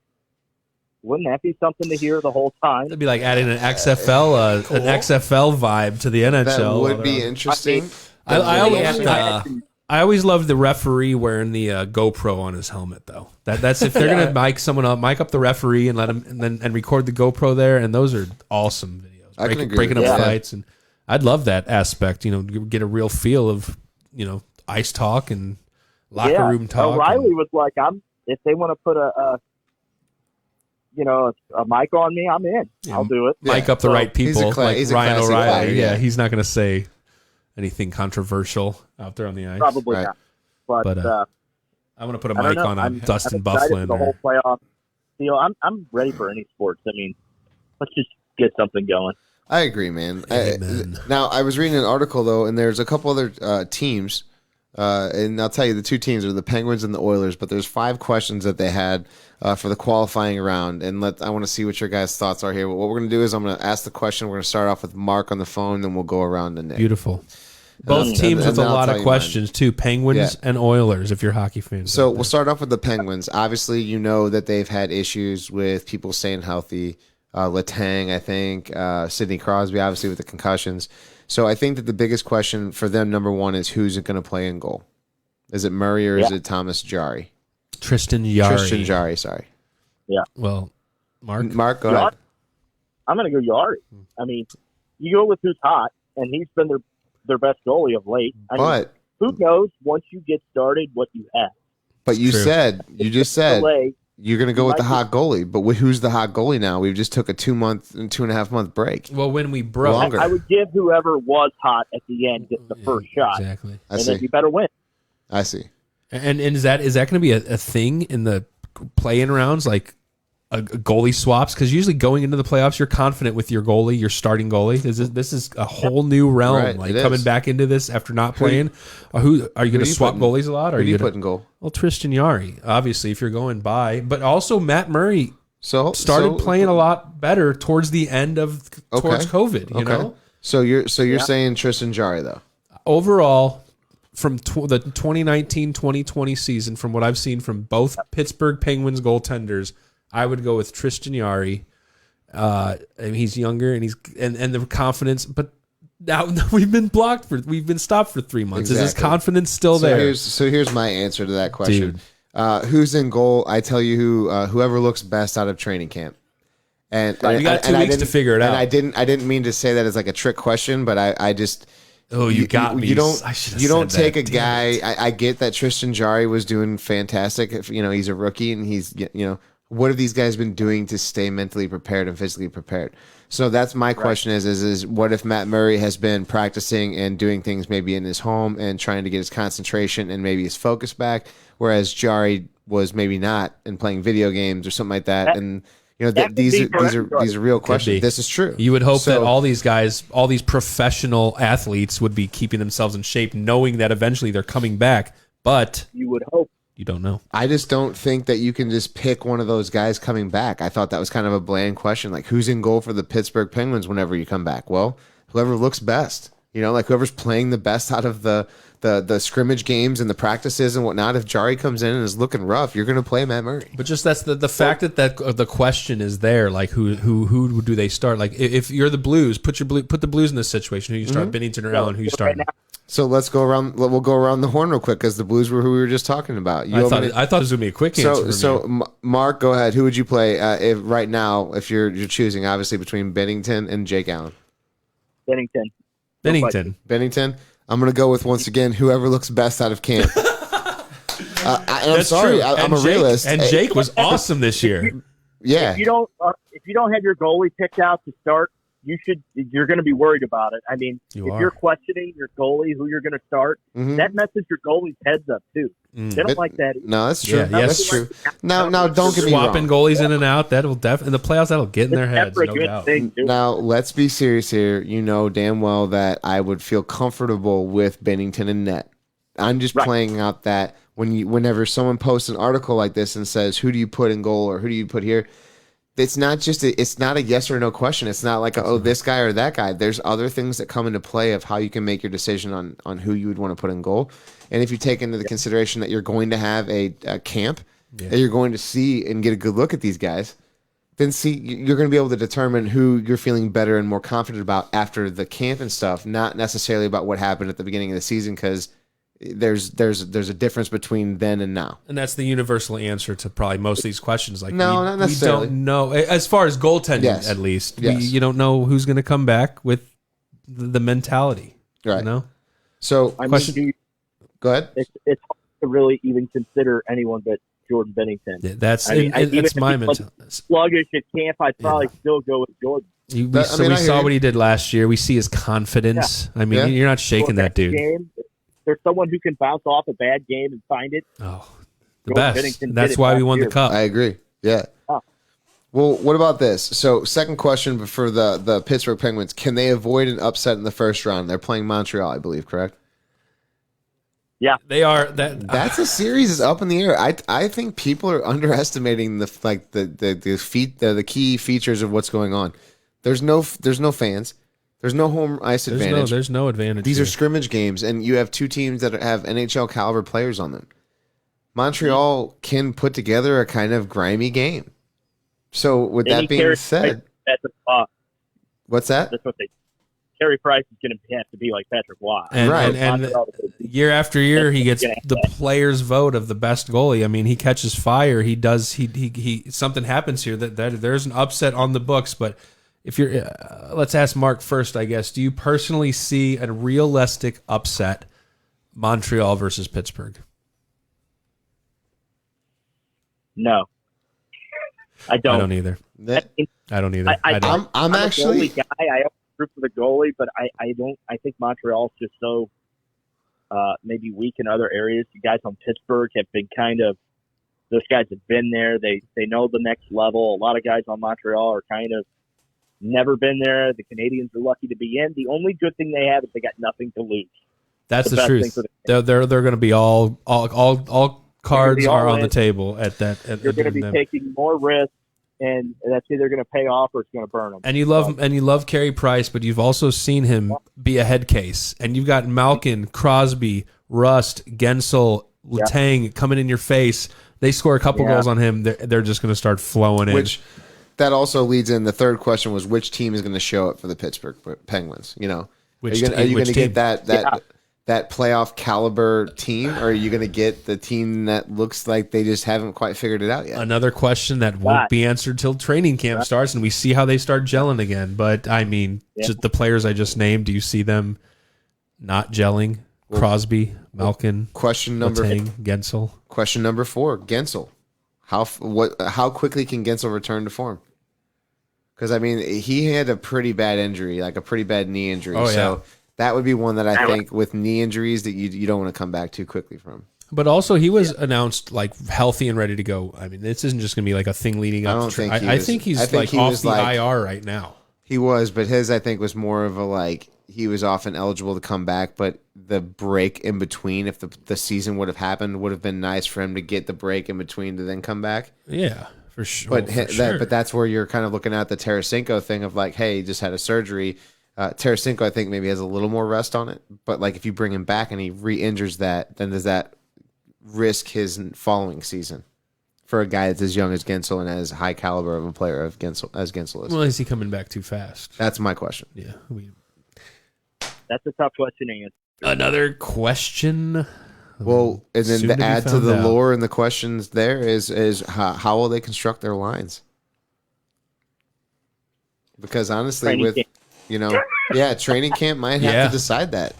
You know, You're not and that's the wrong. thing. Like, there's been enough time off to where there's almost been like a whole season, like a bunch of time to regroup and regenerate and refocus and re everything. Like, you know, so you come back, 2 players start gelling more than they did during this. That could happen too. Like, Yeah. Andy Vitale says that he likes the overs and goals every game in the series. I agree with you, man. They're going to be high scoring games. This is not going to be your typical, I mean, who knows? We could be wrong, you know, because the goalies have to understand what we're playing for here. You know, just because there's no fans in the stands doesn't mean that we're not playing for the Stanley Cup. No. Sure. No, not at all. Not at all. And I mean, look, we have Montreal just I just don't see them upsetting Pittsburgh. I really don't. I actually can. I can. Kyle I puts do. a vote for yes. I'm putting in a vote for it. I think that, and this is just, so Pittsburgh's been struggling, and I know that they just won a Stanley Cup, a couple years back, right? Sure. 2 of them in a row, maybe. 2 in 4 years. Maybe three two in a couple years. Right. maybe 3 So in a few years. I get that they've had success, but that's also like how many concussions ago for Sidney Crosby? That's also what injury away for Malkin, which kind of is like a head case. You don't know what kind of Malkin you're going to get. Yeah. Chris Letang is a fantastic defenseman, but he's prone. not a Brent Burns goal scoring type of defenseman in my eyes. He can be. He gets points. But I don't think that he's going to pick up the slack where you might have a slacking Malkin or I don't think you're going to have an underperforming Sidney Crosby. I like Sidney Crosby. I'm a big fan. Yeah. I agree with you. have no problem with him. A lot of people think he's kind of a whiny player, but I used think to be. that was his Sid used to child be a big days. whiner. He's grown up. He's grown up for sure. Right. And honestly, like, dude, these players get hurt in the regular season, but like they magically they get healthy and come back a couple weeks before the playoffs start. Right. And then when the playoffs start, they're full throttle. Like, Right. you know, it's kind of like it's like the practice games, exhibition games in football. Like a lot of these guys don't want to play those because they could go out and they could get hurt. They can get and hurt. Yeah. You know, so these guys might take. But those it might games be also- injury, it might be arrest. You But never those know. games also don't mean anything. Also, Now these and- games do mean Well, something. now we do, but Right. we're all healthy. It's all about training camp. I can't wait to see training camp. I hear Just you. to get for everyone to get ready, and Oh my god. it's going to be so much fun. I'm ready to watch every team. Like I don't Me even too. care. Me too. You know, sometimes they're maybe not as invested in the matchup, but I don't see anyone that I wouldn't want to watch. And we only pick 2 teams here that are just on the list of you know, of just 5 questions for them. also but good they're teams. Yeah. These questions are definitely, you know, legit for both of these teams. I'm excited about Edmonton and Chicago. Even though I don't like the Blackhawks, I'm curious what they'll be like with. Well, hey, Mark, it's funny that Perfect it's funny that segue. you say that because real quickly, the Edmonton Oilers are actually the next team on my list here of the 5 questions for them for this qualifying series. Right. So let's get into that. This time we'll let Nick kick off, and then we'll move to you, Mark. So, Nick, Sure. will McDavid and Draisaitl pick right back up where they left off at? I don't see why they wouldn't. I think that's an Why easy they one. wouldn't. Mark, what do you think? I don't see why they wouldn't. I think the Hawks are going to turn up the physical play to try to slow them down, Mm-hmm. because that's what they have to do. But the speed of Edmonton in that line might get the best of Chicago. It's hard. I have a weird feeling about Chicago beating them, even though I don't think they should. But I have a weird feeling that they're going to get it done. You get that vibe. It's funny we're talking about the Oilers and Pittsburgh. Pittsburgh playing Montreal, who's 12. Oilers, you playing Chicago, who's 12. Yeah. Also, the Rangers, everyone's talking about for some reason, who the 11th seed. Yeah, I'm not These, worried about them. these low seeds are getting a lot of attention, and it's, I guess it's probably because they're a few different aspects of their teams. But yeah, Right. like you said, Chicago, man, you don't want to. And you know how pissed the Oilers fans would be if they lost to Chicago first round, especially after the seeding happened and what happened here. Right. They should be in Dallas's spot. Yes. If it didn't come to like a half of a game of a point or something like that. I don't Yeah. know what the math came down to, but the Oilers should have that 4th seed. Yeah. Well, let me throw my thoughts on this real quick. So McDavid and Draisaitl will pick right back up where they left off at. Those are two guys that are in the peak of You their agree with their that? career. I agree with that. But for the sure. scary thing is though is that and that'll lead into the next question is will Yamamoto make an impact, because he was the one that was playing on that top line with them. Yeah. Okay. Now, the thing that's kind of funny to me is between the Edmonton and the Chicago game is that you could see literally like a Connor McDavid, Leon Draisaitl, and like Yamamoto, or whatever type line that Look, might whether- be out there. whether you're Pat against Maroon- Jonathan Taves, Yeah, that's the Patrick thing. Kane, and Brandon Saad that's the or top whatever. line. Whether you're So- Pat Maroon, Zach Cassian, or Kyler Yamamoto, if you're playing with Draisaitl and McDavid, you're in the money, gonna be- bro. Well, You're a producer. You're production. well then, Big- Nick, I Big asked. fan of Go ahead. DeBrincat too. What'd you say?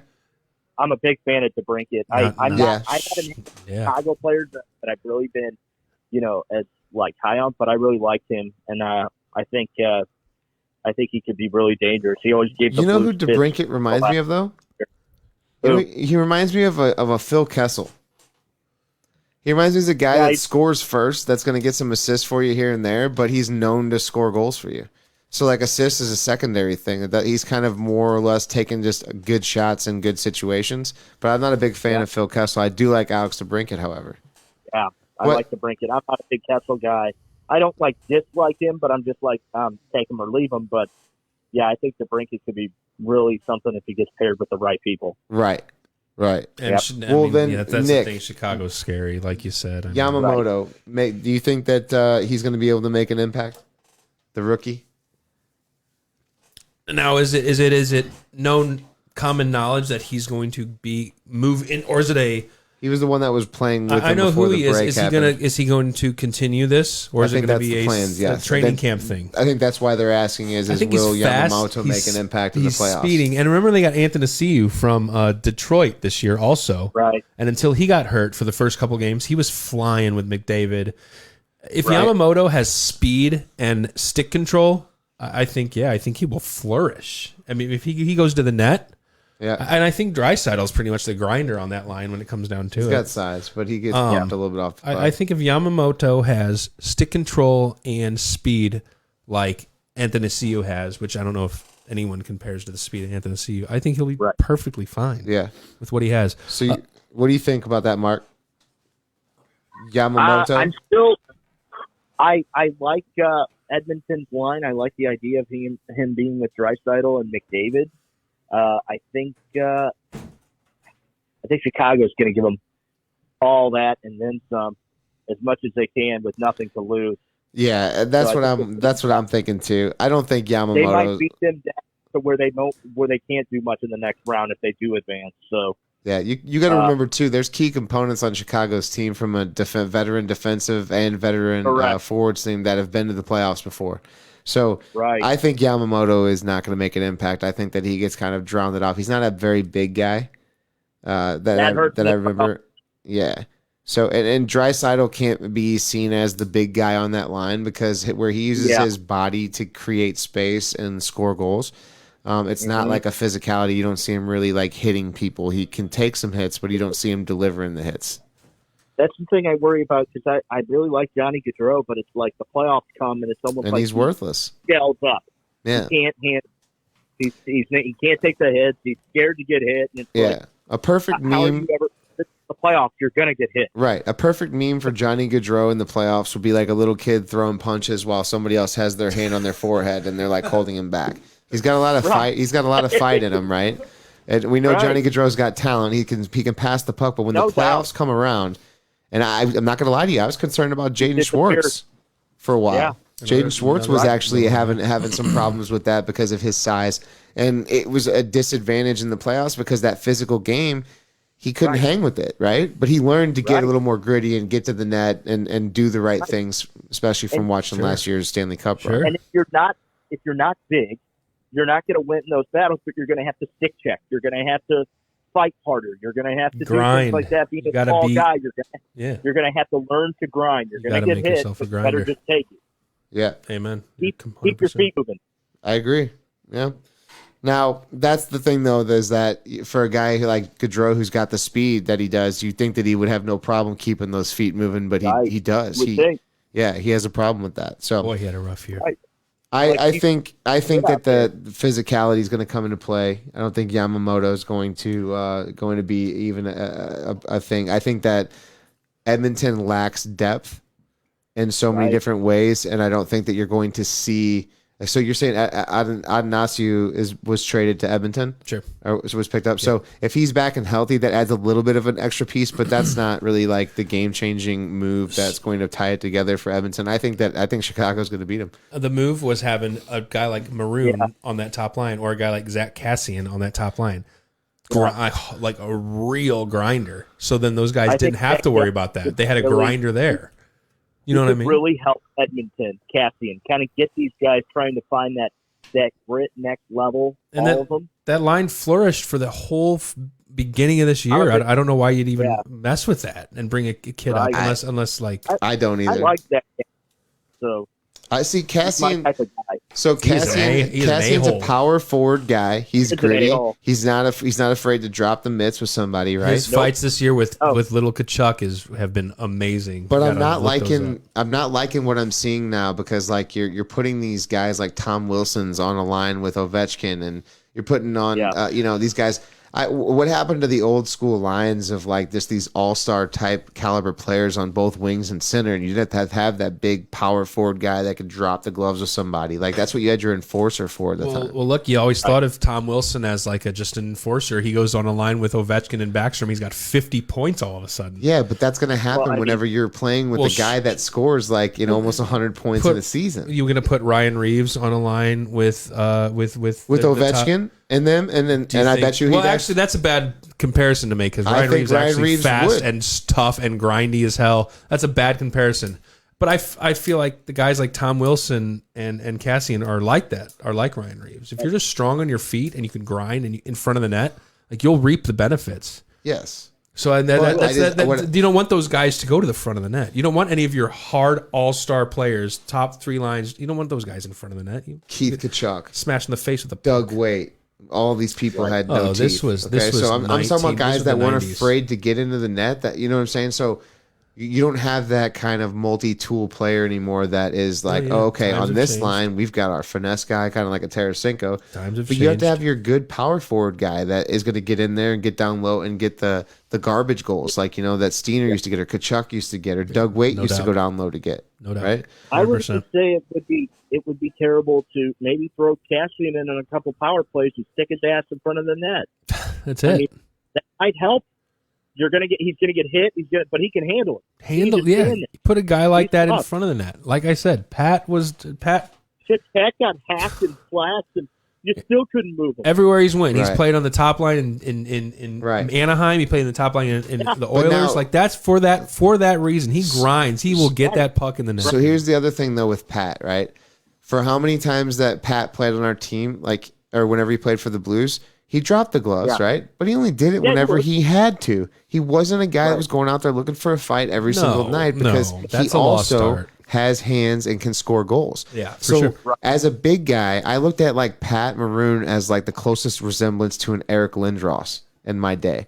And the reason why I give him that kind of a resemblance is because they both have size. They both can score goals because if anyone thinks Pat Maroon doesn't have hands down low, you're crazy. Oh, The dude, that's why he gets those. the dude's phenomenal, and he can use his body the right way to block someone away from the puck, which then allows him to then move the puck properly and then create openings for his teammates. For all you basketball fans out there, it's called boxing out. Yes. So as He's a got teammate, a big ass. He can box your ass out. I don't put Pat Maroon in the classification of the Tom Wilson, Ryan Reeves. I put Pat Maroon in the classification of the type of power forward that should be playing on a line with those guys. Because McDavid can pass the puck to him. He can pass the puck back to McDavid, and he will finish if McDavid is getting all of the attention. Sure. So That's why he was on that line. It makes players like Pat a good asset to those lines. Hence, when he was really good for Getzlaf and Perry, he was also really good for McDavid and Draisaitl at that time. Right. So Pat Maroon, to me, I mean, once again, wouldn't be a show if we didn't at least talk about Pat Maroon one time. Love you, buddy. We love you, Pat. But no, just that's the type of guy you need to have on a line with your all stars. You don't need to have like Tom Wilson is to me maybe a second, third line guy that goes out and bangs and gets some energy for you. Also, like just an asshole, like a repeat offender. Right. So many has Pat ever been suspended? He knows his limits. I don't think so. If you're not a boundaries guy, yeah, you're right. You probably shouldn't be on a first line because.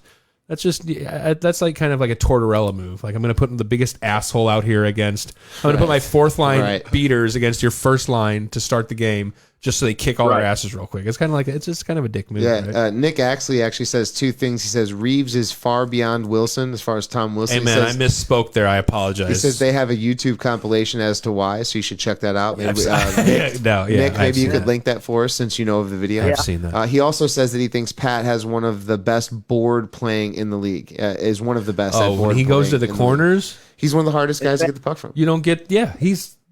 Possession is 9/10 of the law. Yeah. So I mean, dude, he goes to those corners. You're not getting the puck from that boy. Well, hey, this is. Let's go back to our 5 Oilers questions real quick because we kind of got off topic. We're only on number 3. But that's all right. That's all right. James Neal had a hell of a start to the season for Edmonton. Hell yes. He okay, did. and he was a guy that also didn't have a team that was interested in him. He kind of just signed with them because they were last minute, right? And then he ended up having a hell of a start. Can James Neal return to his early season form once we get going again? I will start this one. I don't think that he will. I think that this, if anything, hurt him. Yeah, he's very streaky. Yeah.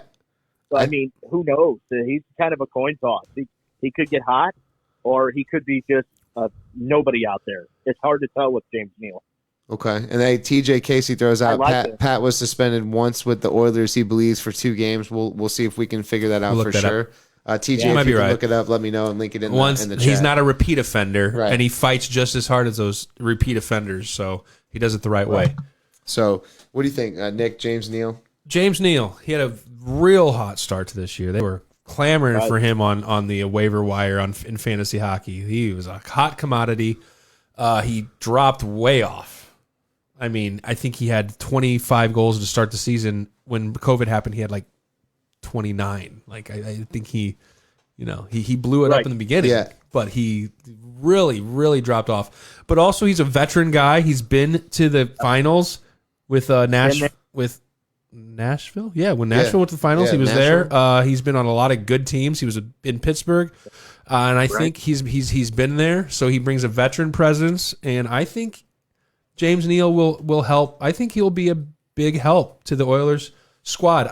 If I'm not mistaken, his 24 goals, 22 of them were on the power play too. So it's like a power play specialist doesn't not help. Right. And you got some leadership. You got a presence there, a guy that's been there a bunch of times. A lot of guys on Edmonton are still, new to it, but they can kind of introduce them to what they're going to be ready for. I think he'll help.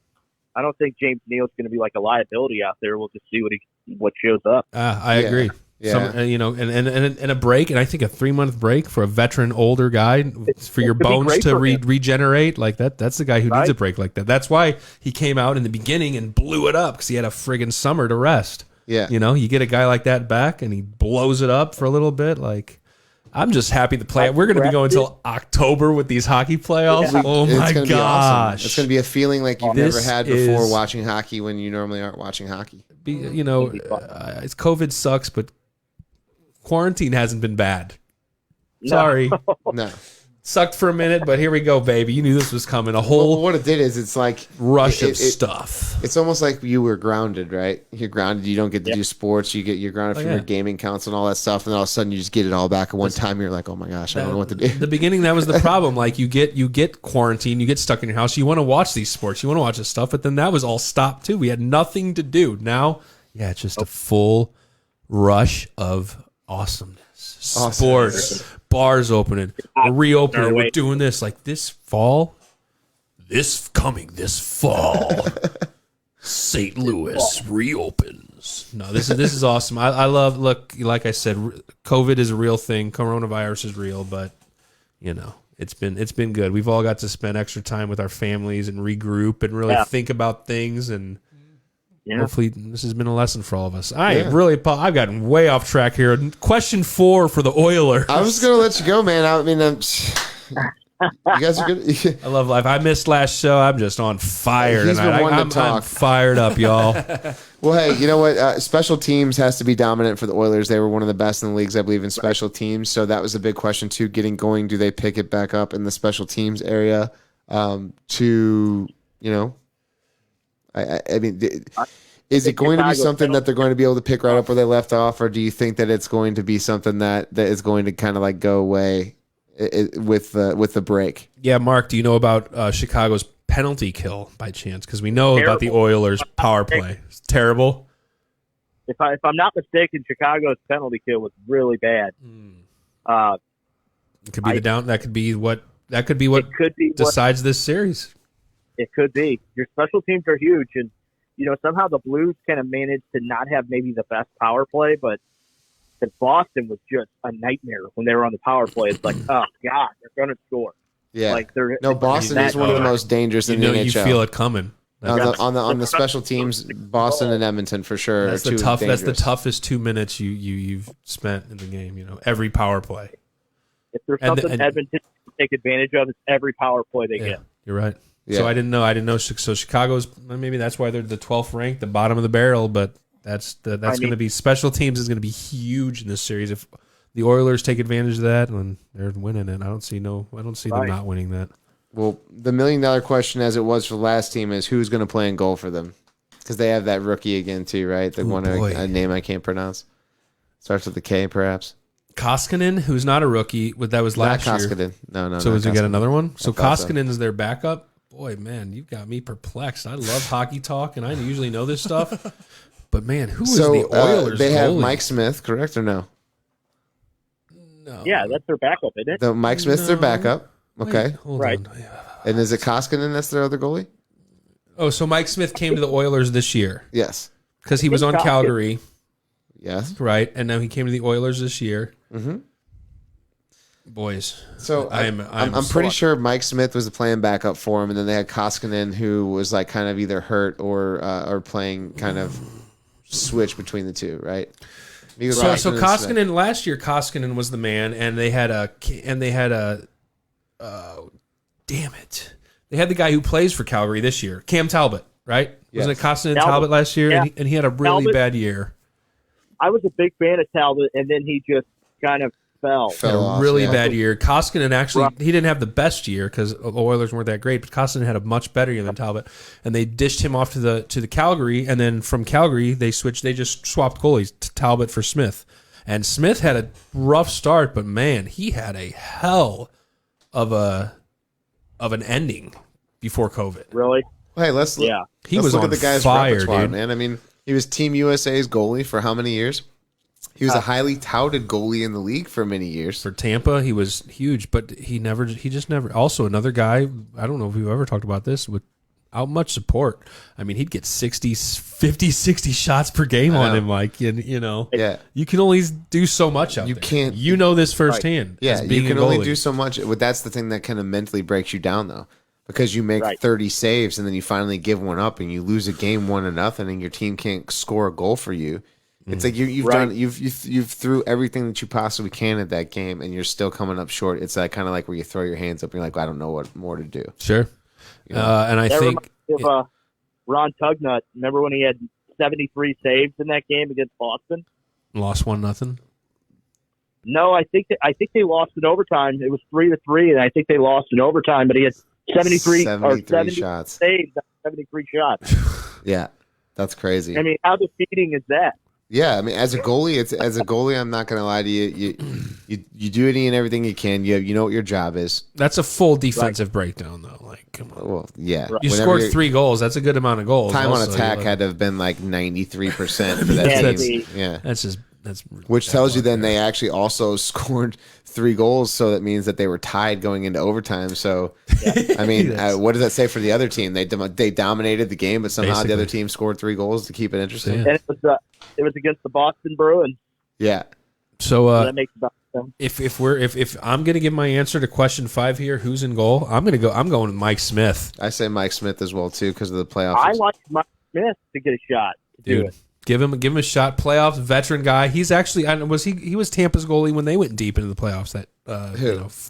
Mike 4 or Smith? 5 years He was back. good for, Arizona at one point. Wasn't he on the Yeah. Coyotes? Yes, absolutely. He was absolutely there. He's been on a number of teams now. He's bounced around later in his career.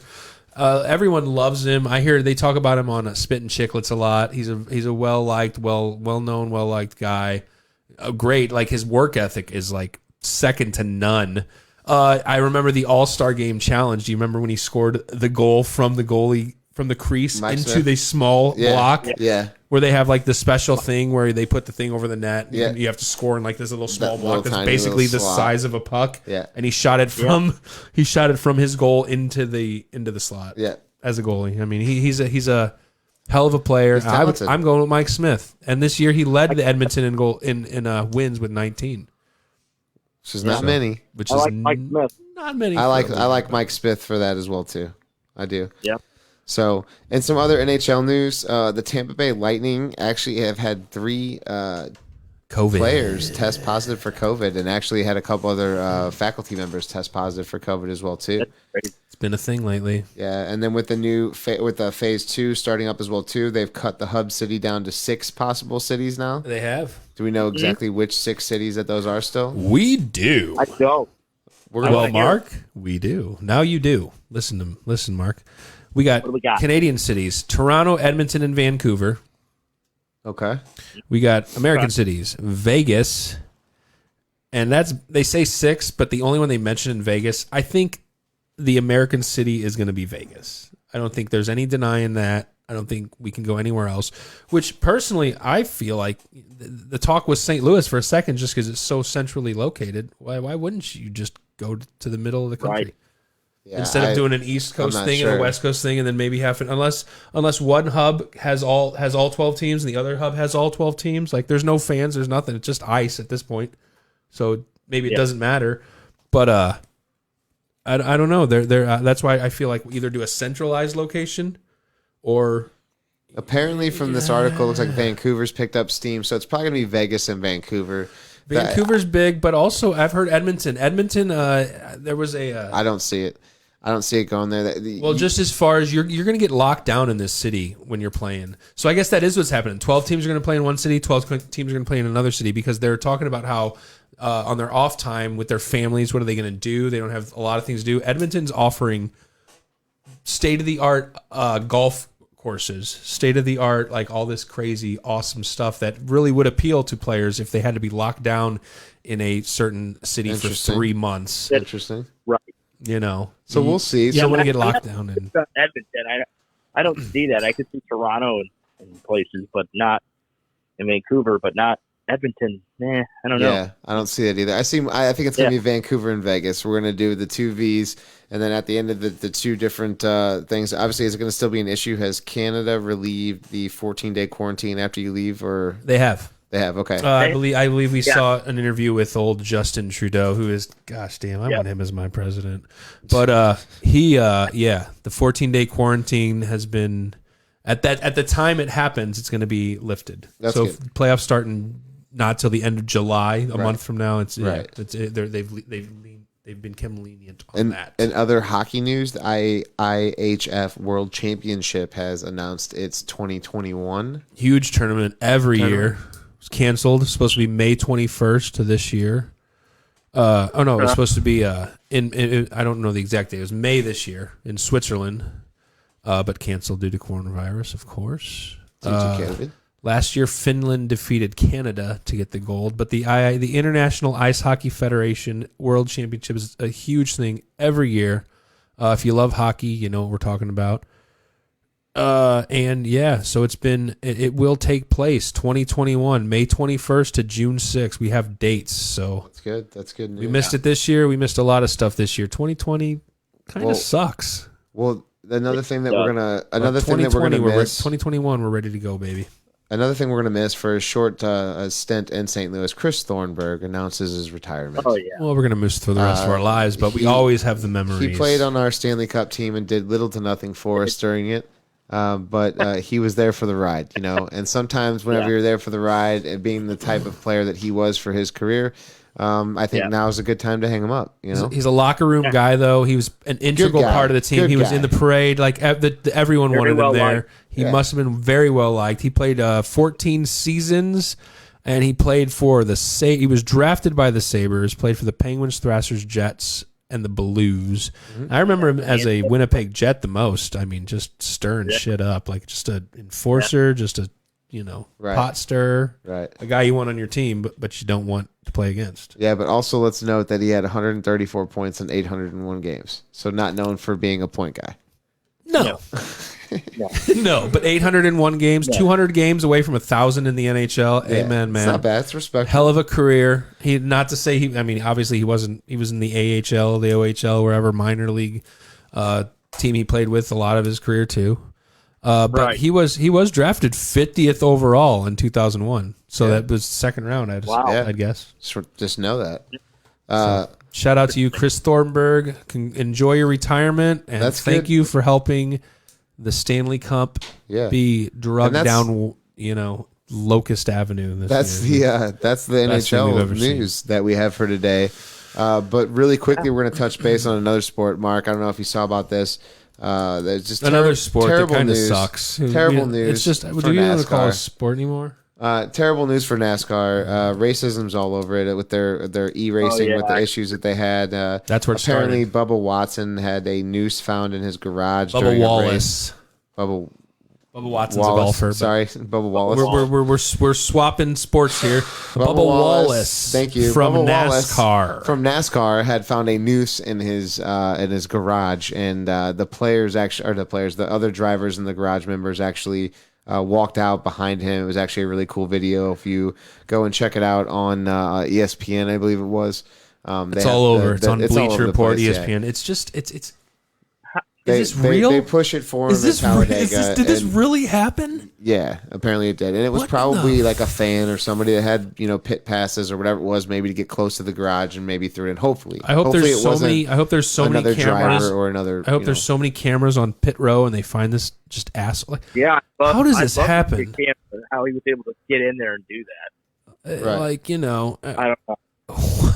It's crazy, man. this is horrific. It's a horrific story. Like, you got to be kidding me. But it's a good show from the people that support him to walk behind. Beautiful. him The and- video and of to these make- drivers, every driver coming together to push this dude's car, just in solidarity, and Cool. is a beautiful Very moment. cool. It's so sad what is going on in Right. America I know, right now. dude. It's crazy. But doggone it, beautiful the way people come But together. And NASCAR, let's keep it going. I'm a fan of the sport, man, but they got to get it together. They need to weed out these guys that are, Agreed.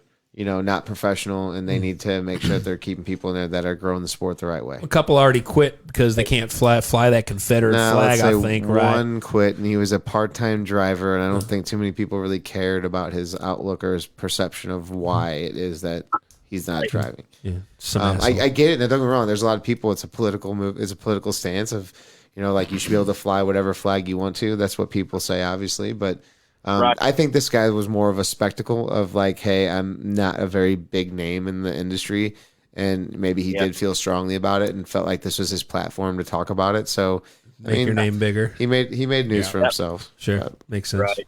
A lot of players maybe under the radar a little bit. We'll just say some outlandish shit just to kind of be on the radar. So Well, makes sense. Yeah. let's talk some baseball real quick.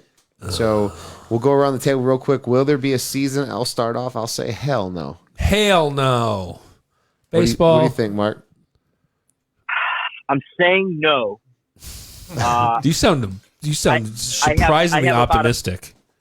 I have like 10% that leaves me some hope that they might try to get something, just because I'm seeing more things that they're trying to get done for the players. But that's 10%. That's not high. No. A 10% That's chance you give them. That's wishful thinking. That's higher very than my much that's wishful higher thinking. than my 4% and higher than Kyle's 3%. Yes. So you are you're on the A positive little more end. wishful. I just because I feel like they might just do something desperate to try to get something done, and maybe it'll happen.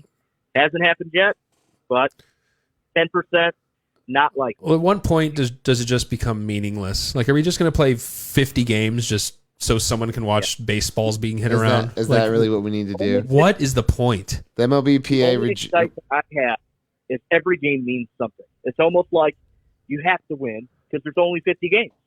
yeah, but then that Every also game's gonna mean something. 50. It's a People- third of the season. 50 Yeah. games. every game Right. counts of every season. It just depends on where you're at. Yeah, but Because when you have when you have less play games. 162, game 30, I'm not that worried about it if we've lost 4 in a row. You lose No, 4 in a row exactly. when you only have 50 games, you're in deep shit. I feel Right. like if you can't That's play, true. so That's true. 162 game season, I believe, right? If you can't play, Right. if you can't play 81 games, at least half a season, dude, let's I just agree. focus on I would 2021. I would like a half a season. Just a half. 50 If you games. can't get 81 games in, then just give it up. yeah. What the Right. hell is going on? Then the But- more they do this, the worse they look. Let me read you real quick. Trevor Bowers. The MLBPA rejected the MLB 60 game restart. So that happened today. I mean, That another happened today. rejection. Then the MLB Players Association actually made a statement. I'd like to read that. On behalf of the MLBPA Executive Board, we met multiple times in recent days. I'm What- horrible. I can't do that. I actually just got a notification 3 minutes ago that says, after months, and this is off the ESPN app, it actually says, baseball is back, ? Everything you need to know about the plan to start the season. After months of negotiation, the commissioner is setting the schedule for baseball's return. That's cool. He can set a Wow. schedule all he wants because if it's a union, they have to agree to it. Yeah, you know? and we just keep seeing rejections left and Yeah. right. I don't. We can keep Right. saying this, and this has been the narrative for the last 2 or 3 weeks. That's I like believe. saying It's Manfred get says ready that- for baseball. Yeah, Manfred said baseball's going to start, and then Manfred's like, "I'm less optimistic now because they turned down our." That was It's like, in a 6-day span. No doubt we'll see baseball in 2020. 6 days later, I don't know if we'll see baseball in 2020. But you're. I mean, that's it, every day. There's something new. I mean, literally, I'm looking at my phone too, like you just said, like 2020 MLB season to be 60 Yeah. games. Buster- Just saw Yeah. that right now. Like, Andrew Miller, we are ready to get back on the field. Let's make this happen. Right. and then what's going to happen tomorrow? And Yeah. then the Yeah. deal's not going to be good enough. The owners will reject it, and nothing's going to happen. Nick Buster Let's only stop asks, this. "What's next?" You know, Trevor Bauer, a lot of Trevor Bauer. you stuff. usually He's real lo- vocal. you usually love what Buster only says. I do too, as far as baseball stuff. The dominoes, like it's not going to happen. Here it is. Buster only, real insight in the MLB. The dominoes are now likely set to tumble. You'll get the implementation of a short season by the MLB. Some players will choose not to play. That's going to make the book. There's going to be a You're going to hate them. There Like, are, they're going to be hated. there are, but the thing is, like the best players getting paid the most are going to get paid the least this year. So yeah, know how it goes. Number 3, you got a PA Except for grievance. Prince Fielder. Prince Fielder's going to be good. He's Yeah, fine, and he's been No. good for the last few years, isn't he? Yeah, Lucky hey, what a man. contract for that guy, right? Yeah. 20, Best, smartest man in baseball ever, I'd say. Oh, man. 24 million he's supposed to get this year. This Isn't that year? insane? And he hasn't played in 3 years. Yeah. Smartest contract in baseball history. We reached out actually to Texas's management, and this is all they had to say. Imagine that. All right, I'm done with the sound effects. Sounds right. I love. We got to get you a little sound effects burst. Also, Buster only also ahead. said upcoming free agents will get destroyed in this market. So sucks for all you guys who didn't sign those contracts sooner than you should have. Right. And all major labor issues merely deferred to next spring. Mutuality assured destruction. Mutually assured. Look, All right, that Did was you hear what awesome. Trevor Bauer said? I think it's Yep. fantastic. let me read that to Actually, you. we have that on as our next topic here. Trevor Bauer reaction. today says it's absolute death for this industry to keep acting Yep. as it has been, and let's be honest, no one can deny that. Both sides, we're driving the bus straight off a cliff. How is this good for anyone involved? COVID presented a lose-lose-lose situation, and somehow the MLB has found a way to make it even worse than that. Wow. Incredible facepalm. I mean, he's so right. He's Yes. right. And you know, Trevor Bauer never holds back, and I love, and he's literally I follow one person on Bleacher Report website. It's Bauer Outage. Trevor Yeah. Bauer. Trevor Bauer Bauer. outage. I love everything he Yeah. says. He's the man. He doesn't hold anything back, and he's 100% right. And dude, Yep. F you, Not baseball. good. Not good for baseball. Yeah. It's unfair to us. It is 100%. I mean, for people that are fans. I'm a huge fan as well. Let's talk about another sport then that obviously is just acting as if nothing is just going on, right? So we have an NFL news. I think it was 2 Tampa Bay Bucks tested positive for COVID. Probably. Notice that. So got to be careful Tom there. Brady healed them. They're going to be fine. Yeah, Tom Brady's there. He'll heal them. He's the savior. Another They'll thing, be okay. going back to baseball real quick, their COVID test revealed 40 players and staff tested positive Yep. out of 500 or something, which equals, they said only 5%, and it's also like 5%, but that's, if that hits and then it veins, like it affects everybody, Right. and then it Right. affects their families, and then it affects people around their families. It could be endless. Yeah. I worry about it with hockey because of what happened with Tampa Bay, and then what if all of a sudden there's like another team and 4 or 5 players end up having it. It's like, Well, Austin Matthews, one of the stars of the Right. league, has COVID. and it's, I don't know. Confirmed. I'm scared that it could stop hockey. I hope it doesn't. It looks like we're going forward. No. They won't stop. They're me- they're announcing dates. We're ready to go, NHL. Let me Good. throw something at you and see what you guys think about this. Just going back to that too, because we talk about the COVID possibilities. Yeah. Ezekiel Elliott tested positive for COVID. Has had 0 symptoms. He's asymptomatic and he has had nothing. So yes, he's tested positive for it, but there was something which obviously was kind of not the way that I'm wording this or I wanted to be taking this, but we do have some of these guys that are in the peak physical condition and without pre-existing issues and whatnot Right. can get COVID and then fight it off and then not have Fight it off. potentially even symptoms. So But the top of problem athletes is- don't even feel it because they're Right. just so, So- so, so healthy.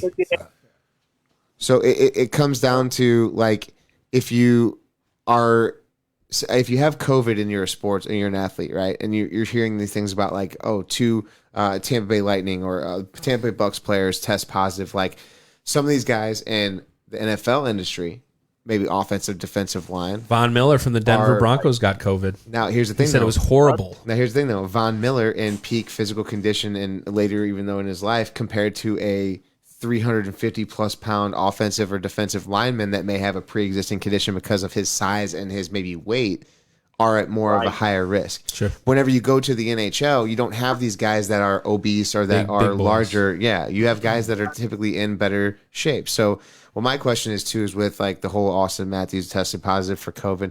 There's a lot of people that have been testing positive for COVID, but they're not showing symptoms, right?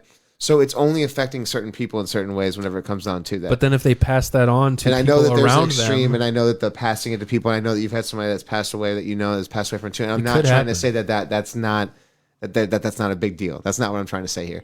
I'm just trying to say that in the sports industry, when you have these players that are in peak physical shape, if they don't have pre-existing conditions, if they get COVID, I don't think it's going to be a big deal for them because of their Your health. immune system. Yes. yeah, they're in peak physical condition. I mean, that's what it's coming down to, and the whole spreading of it is what comes into play. And maybe they have friends and family members that are at high risk. Sure, That's they why. have parents. They have old parents probably. Yeah, I don't think if there's a huge breakout in COVID cases in sports once they start them back up, that means that they're going to red light and just stop everything and bring it to a screeching Well, there halt. already has been some breakouts in a lot Right. of camps, MLB and NHL. And what are they doing? They're moving forward. They're having to quarantine those guys, move forward, and then hope they're that moving doesn't forward. become an issue, right? And like once again, not trying to be No, understand. you No, know, we not get it. empathetic to what's going on in this case. It's just saying that these kids that are in great shape that don't have pre-existing conditions are handling this much better than people that are not. And until there's a full vaccine, like this is just kind of what they're going to have to deal with if they want to move forward with things like this. And the testing, they're going to test Right. every night apparently. Yeah. Now, and the NFL Players Association is advising players not to work out together. Tampa Bay Buccaneers, actually, a report says that they were practicing at a Tampa Bay high school. All the full team, Not 60 necessarily players. not the full team, but just like in small amounts. Now, schools might not be the worst place to practice that because there's They've been been no empty kids for a in school long for time. while. So, Yeah. not a bad thing to go there and actually do it because they have been kind of quarantined. If people haven't been on there, then that's not a big deal. Now, the big NFL news, though, I'd say that we got to throw out there right now is that Dak Prescott news. Did you hear about that? He's apparently about to sign the franchise tender. Dak. Now, Dak Prescott I had. don't know how I feel about that. I mean, I don't know how I feel about it either. I mean, if you're looking at the other guys that you might want to guarantee money to, is Dak the future? I don't think he is, man. I'm sorry. He's a good athlete. I think that he has moments, but I don't think that he's going to be the difference between you winning a Super Bowl. I think he's their next Tony Romo. You think that's what he I is? mean- Personally, he's And got I'm gonna talent. throw He this throws out. bombs. He hits good. I'm going to throw this out as my fantasy, as I had him before. And if you don't feel like you can put him in every week, then there's probably a good chance he's not going to go far. True. That's There were true. times I had Prescott, I'm like, I can't start him this week. He's going to lay an egg. Sure. And he would. On the road, he was like brutal, and he'd have good games, maybe two, and then he'd have two bad ones, and it's like, where the hell, how did this happen? Like, it's almost like it's not the same guy out there. Let's be honest. They lost Dez. So- But Dez is what Dez is. Well, he'll Like, Yeah. put 1,000 yards up a year. Well, yeah, but that is if his ego doesn't get in the way of it. He's like Odell. So he's that's the Odell problem, 2.0. right? So I think what they're looking at from a Dallas perspective, which is interesting to me, is when you have a running back like Ezekiel Elliott, Correct. and you have a franchise tag that you're putting on your quarterback, like is it maybe because of the structure of Ezekiel's extension? Because didn't he just get a big extension not too long ago? Yeah, he did. So maybe it's because maybe they can't franchise him because of the fact that he's already making above what the franchise tag allows. Maybe that's why they had to franchise a Dak. I'm not sure on that, but I just don't see Dak Prescott as being that guy. He's not. I mean, some people have been like, well, he's kind of mobile and he's kind of gritty, so where he can take a hit here and there. But He's a big boy. He's not. He's not Russell. He's not Russell Wilson. No. And How about take a hit and make a play? That's Right. the problem. that's Yeah. not He the takes type a of hit. player he is. He doesn't make a play. Right. So I would Yeah. be more concerned from a Dallas perspective of why are we franchising this guy when he's proven nothing to us? Makes Is he sense. better than Russell Wilson? No. Is Is he better than Patrick Mahomes? Is he better than Lamar? No. So now he's the top paid quarterback. Is that the comparison you're making right now? Is he better? He's not the top paid My quarterback. comparison is just like he's not going to beat these guys. So it's hard for me to franchise tag someone Yeah. who I don't know can control and move us or move my franchise Yep. to the Right. next level. Right. Hasn't really shown it 100% yet. Yeah. So I say no, he's not worth it. I don't think Dak's worth it No, to do that I at don't all. think so either. Yeah. Now I don't think so. the other thing I'd say that's interesting to me is, and this is just kind of some minor news, but Josh Gordon is back in the NFL news again. Have you seen that? Oh, I have not seen that Josh yet. Gordon is trying to reinstate. He reapplied for reinstatement in the NFL after, of course, him having just a slew of Man. failed drug tests. And just such a great receiver. I mean, he's a good, he's a Super hell of a talented receiver. guy. He's talented. unbelievable receiver. Terrible decision maker.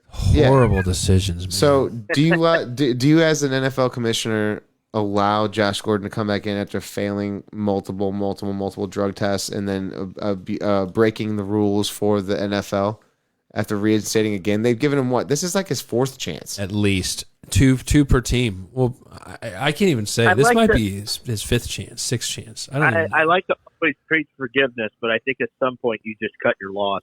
Yeah, But- I agree. Damn, he is still such a polarizing figure, and any NFL fan knows Josh Gordon's name and knows what he has the potential to Capable do. of. So it's So hold on a like, second. Let me ask you this: from what he did in Cleveland, or from what he did for a short period of time in New England, or the fact that he is good in college and he's coming out as an athletic ability player that still can't keep himself out of trouble to prove himself in the freaking sport that he actually excels in. To me, that's selfish. Josh Gordon shouldn't be allowed to play back in the NFL. I think he should look for another sport that will take him. just because of his own personal decisions, and I'm sure there's plenty of teams out there who would love Josh Gordon on their team, but yeah, you fool me once, shame on me. Fool me twice, or fool me once, shame on you. Fool me twice, and then 3 times, then 4, then 5 and 6 times, shame on me. Yeah. Like eventually, you gotta cut your losses. It's kind of just a joke. It's like Yeah, you're right. kind of a joke. It I mean, is. I wouldn't even. I'm surprised he even wants to come back because everyone knows he kind of is. Who's going to He's take like a guy the serious who can't even take his own career serious? Right. That's There's no the doubt that's he's the $1 million awesome. that's the $1 million out question there. for him. It's kind of a Ricky Clearly. Williams situation. Yeah. Sure, Right. you're right. The guy could have been phenomenal, and all he wanted to do was smoke weed. So then he ended up leaving the NFL, and then now God, what's he Ricky's doing? good. Playing Rasta guitar on the beach? Hey, he did what he I'm believed joking. in.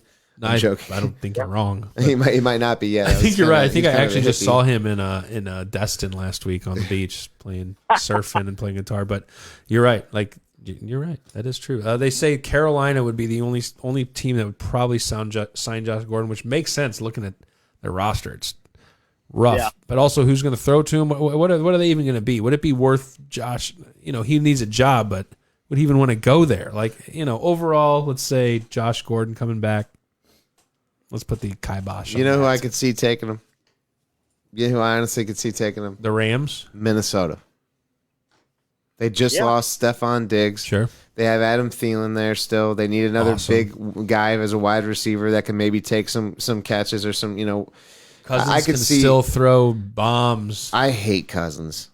I think he's garbage, dude. You can I throw think 300, he's seriously 50 yards a garbage. game. And when he chooses to 2 games out of the 16. But then another then they've got the running back too. Dalvin Cook he's that's a he's franchise badass. player. So that's Yeah. He's taking So away what from I'm that. getting at If there he's is healthy, go ahead. Dalvin Cook can play. If he can stay healthy, Dalvin Cook's the top 5 running back. Yeah. Forget about it. I forgot about it. But so if you think that I think that they have pieces there. I just don't think that they have the quarterback to do what they to get them where they need to go. Right. Now, I'd hate to say this too. If you had, let's see, Jackson, Baltimore's quarterback, right? Lamar If you put him in that team, on the Madden cover this year, cursed. if you put him on that team, that's game changer, man. Minnesota, Oh yeah. with the capability to run with Dalvin Cook, with the capability to run with Jackson, and to have him get the ball downfield to Thielen or to possibly a Josh Gordon, that's a fun team to watch right there now. Mm-hmm. So, but I don't think Kirk Cousins is a guy that in fantasy, Kirk Cousins is irrelevant. He's a free agent every year. Well, he gets points. Well, But everybody he's gets points. 50% owned. If you need to Everyone stream gets points. if you need to stream a quarterback, Kirk Cousins is where you usually go to because he's going to throw. He'll throw 300 yards, 50 yards, but he'll throw a few picks too. And this is breaking news. So, I don't know if we're going to talk about this. breaking news: the MLB owners vote to implement 2020 season after players reject restart proposal. So, what does that mean? Well, here's a press release. Maybe we can. It's long, so I don't know if we want to read it, but I say this, man. does it still sound like nothing? It sounds like nothing to me. And if you watch the Andrew McCutcheon kind of parody that he's doing, it's pretty much the same thing. And I love Andy Hudson. I yeah, love him too. I do too. I love Kutch, but Always liked him. let's put it this way. That's fresh news. We have another show that we've got coming up here in a couple of days. We'll let that one simmer and we'll get you some news and see if it's really serious. Because as of right now, as the MLB news pops up, I can't take anything serious neither. because it's one of those things where it's empty, false promises, empty hopes. Well, it's not anything worth talking about. But right now, it's not. We the might have players may have a response by Tuesday. There you go. We might have an answer to you next show on Thursday. They've been asked to respond by Tuesday at 4 p.m. Central Time and make clear in that response whether they can report to camps by July 1st or not, and whether they agree to the health and safety protocols. And let's be honest, they probably won't. They probably won't. But Thursday we will have I feel like if they need an answer by Tuesday, we will have your answer Thursday. Yeah. Which is Well, I'll tell you where what, we may leave it. ladies and gentlemen. Go ahead, Mark.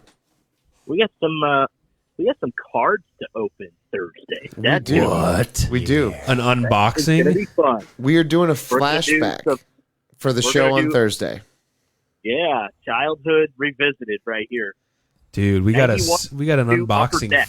91, 92 Upper Deck NHL Ooh, man. box of cards. We're going to open them up live on the show. Full We're going to have everybody just unboxing. open one up. before we actually open up the packs on the show, just to give some people kind of a flashback to their childhood, for those of you who did collect, we'll go through and look and see what like the real good cards are in that series. Yeah. And just see, we have to be hoping to pull something, right? The funny thing, even the bad cards from back in those days, you remember those cards because you had 900 of each of them. This is going to be like Brett Hull, Gretzky. You'll have those, but you'll also have Pat Falloon and Oh yeah, and we're gonna have some great names. You'll have some of those cards you just had 9,000 of. And Sandus Oslund. You never forget those names. Some of them. The goalie, the Nordiques goalie I had. I mean, Tugnut. He might have been the goalie. Yeah, there's so many. Oh my gosh. I mean, you just remember, Kyle, I sent you that card of Cujo where he's doing like the splits almost, Yeah, making kick saves. Upper Deck was kind of like the first real motion card plays because Tops and Bowman were kind of boring and basic, and Upper Deck kind of took it to the next level. yeah, action shots. So I think that's going to be fun. More action shots. Oh my gosh, I'm so excited about the unboxing. You guys You're don't gonna want get to miss open this. a pack, man. You're gonna get to open some packs. This is there bubble gum in it? Forsberg rookie, Solani rookie. Those are all in that set. So Whoa! see what Oh we get. wow! There's some hot cards in there's this. some decent rookies in there. Oh, I think man. Lindros might be in that as well. If there's any Lindros cards, I might have to snap that. But we'll Hey, check that Carl out for Williams sure. says it sounds like that proposal might be them invoking an old agreement from March, which wouldn't surprise me from the baseball It perspective. would not Yeah, surprise me. we'll let you know Thursday what they say, but I'm sure you'll already know that they probably said GFY. Yeah. Might I add Spell that 10% out. I gave it is just like a miracle. I'm giving a miracle, the 10% that I gave to the MLB that they just maybe just give up to do it. Right. I don't even know. I Just say there's no agreement this year. We scratch one more bad year at a prorated amount out of Carpenter and Dexter Fowler's contracts. And I say that we regroup the following year and know that that we're going to be able to make moves because we're going to have money fall off the contract or off the books the following year. And like we said, is it And even? then we'll get that one guy, Arenado. Arenado, Yeah, we want that yeah. guy. Yeah, is it? And like we said, is it even worth? Is a 60 game season even worth? Is it even worth it? I mean, Gosh, damn! so is it worth it? Yes. If you're a If sports you want to fan, see if you're a baseball and then fan, extended playoffs, though. But what does that mean? So you played 60 games to get into the like. I don't know. Just come on. You Let's know, come back next year in full. Let's play 200 game next year. How about let's that? We're How about going to that? watch it. we're going to We're watch gonna it. You're right. We'll be irritated, but we'll watch it, I'm sure. Right. If it happens. If, and I say if, we If. get, Yeah. it's just like any other sport. If they're able to get it going, there's going to be a lot of people that are going to be jazzed about it. Yeah, no doubt. Right? No doubt. Right. Because if you're a sports fan itself, you want it to happen. Even if it is a shortened season, you That's just all want we to see want. it happen. That's all we want. So Just some sports. my outlook on it Something's better is, than nothing. go ahead. Something's better than nothing. Exactly. I would rather have something out there to watch and have there be progress than to have us be stifled once again by this 2020 and have us not have any baseball whatsoever. I'm just not hopeful. Right. So So, yeah. but hey, Very cool Mark, hope. thank you so much, man, for tuning in with us, calling in since you couldn't make it live on the show tonight. Oh, yeah. Nick, it was great to have you back. Boomer, Thanks, it's buddy. great to have you back Great as to well, be here. too. Love you, Mark. Happy Father's Day again to you, and happy Yes. Father's Day Guys, just love you guys. everybody out there. Yeah, happy It was Father's Day to all of them. yesterday, man. To my dad, I love you so much. I know you'll hear this. Yep, Dad, love you. Happy Father's Day to you as well, too. Go ahead, Boomer. You can do it, too. Happy Father's Day, Dad. Love you, Man, Dad. tell 'em, baby. We all got dads out there. We all got love you dads. all, man. Happy We all came Father's from somewhere, Day. right? We Yeah. did. We did. But thank you guys for tuning in. Thanks, guys. Hopefully, we'll have some interesting stuff for you on Thursday. We love you. We will. Oh, we know we And, will. That might be our last It'll be show for a minute too. We might be Yeah. a little break time. Little after break. that, right? Possibly, I'm going to be in Florida, so we'll So, see. We'll talk to you more Thursday. We'll figure. things Kyle's out. gonna get tan. No, the opposite Burnt. of that. There you go. There you go. Be positive. Love hey, your lives, y'all. Right. Enjoy your night. Yeah, have a good night, guys. And Mark, Peace, thanks love, again, buddy. and chicken grease. Amen. Later, guys. See you, buddy. See you, Mark. Bye. Bye, everybody. That already happened.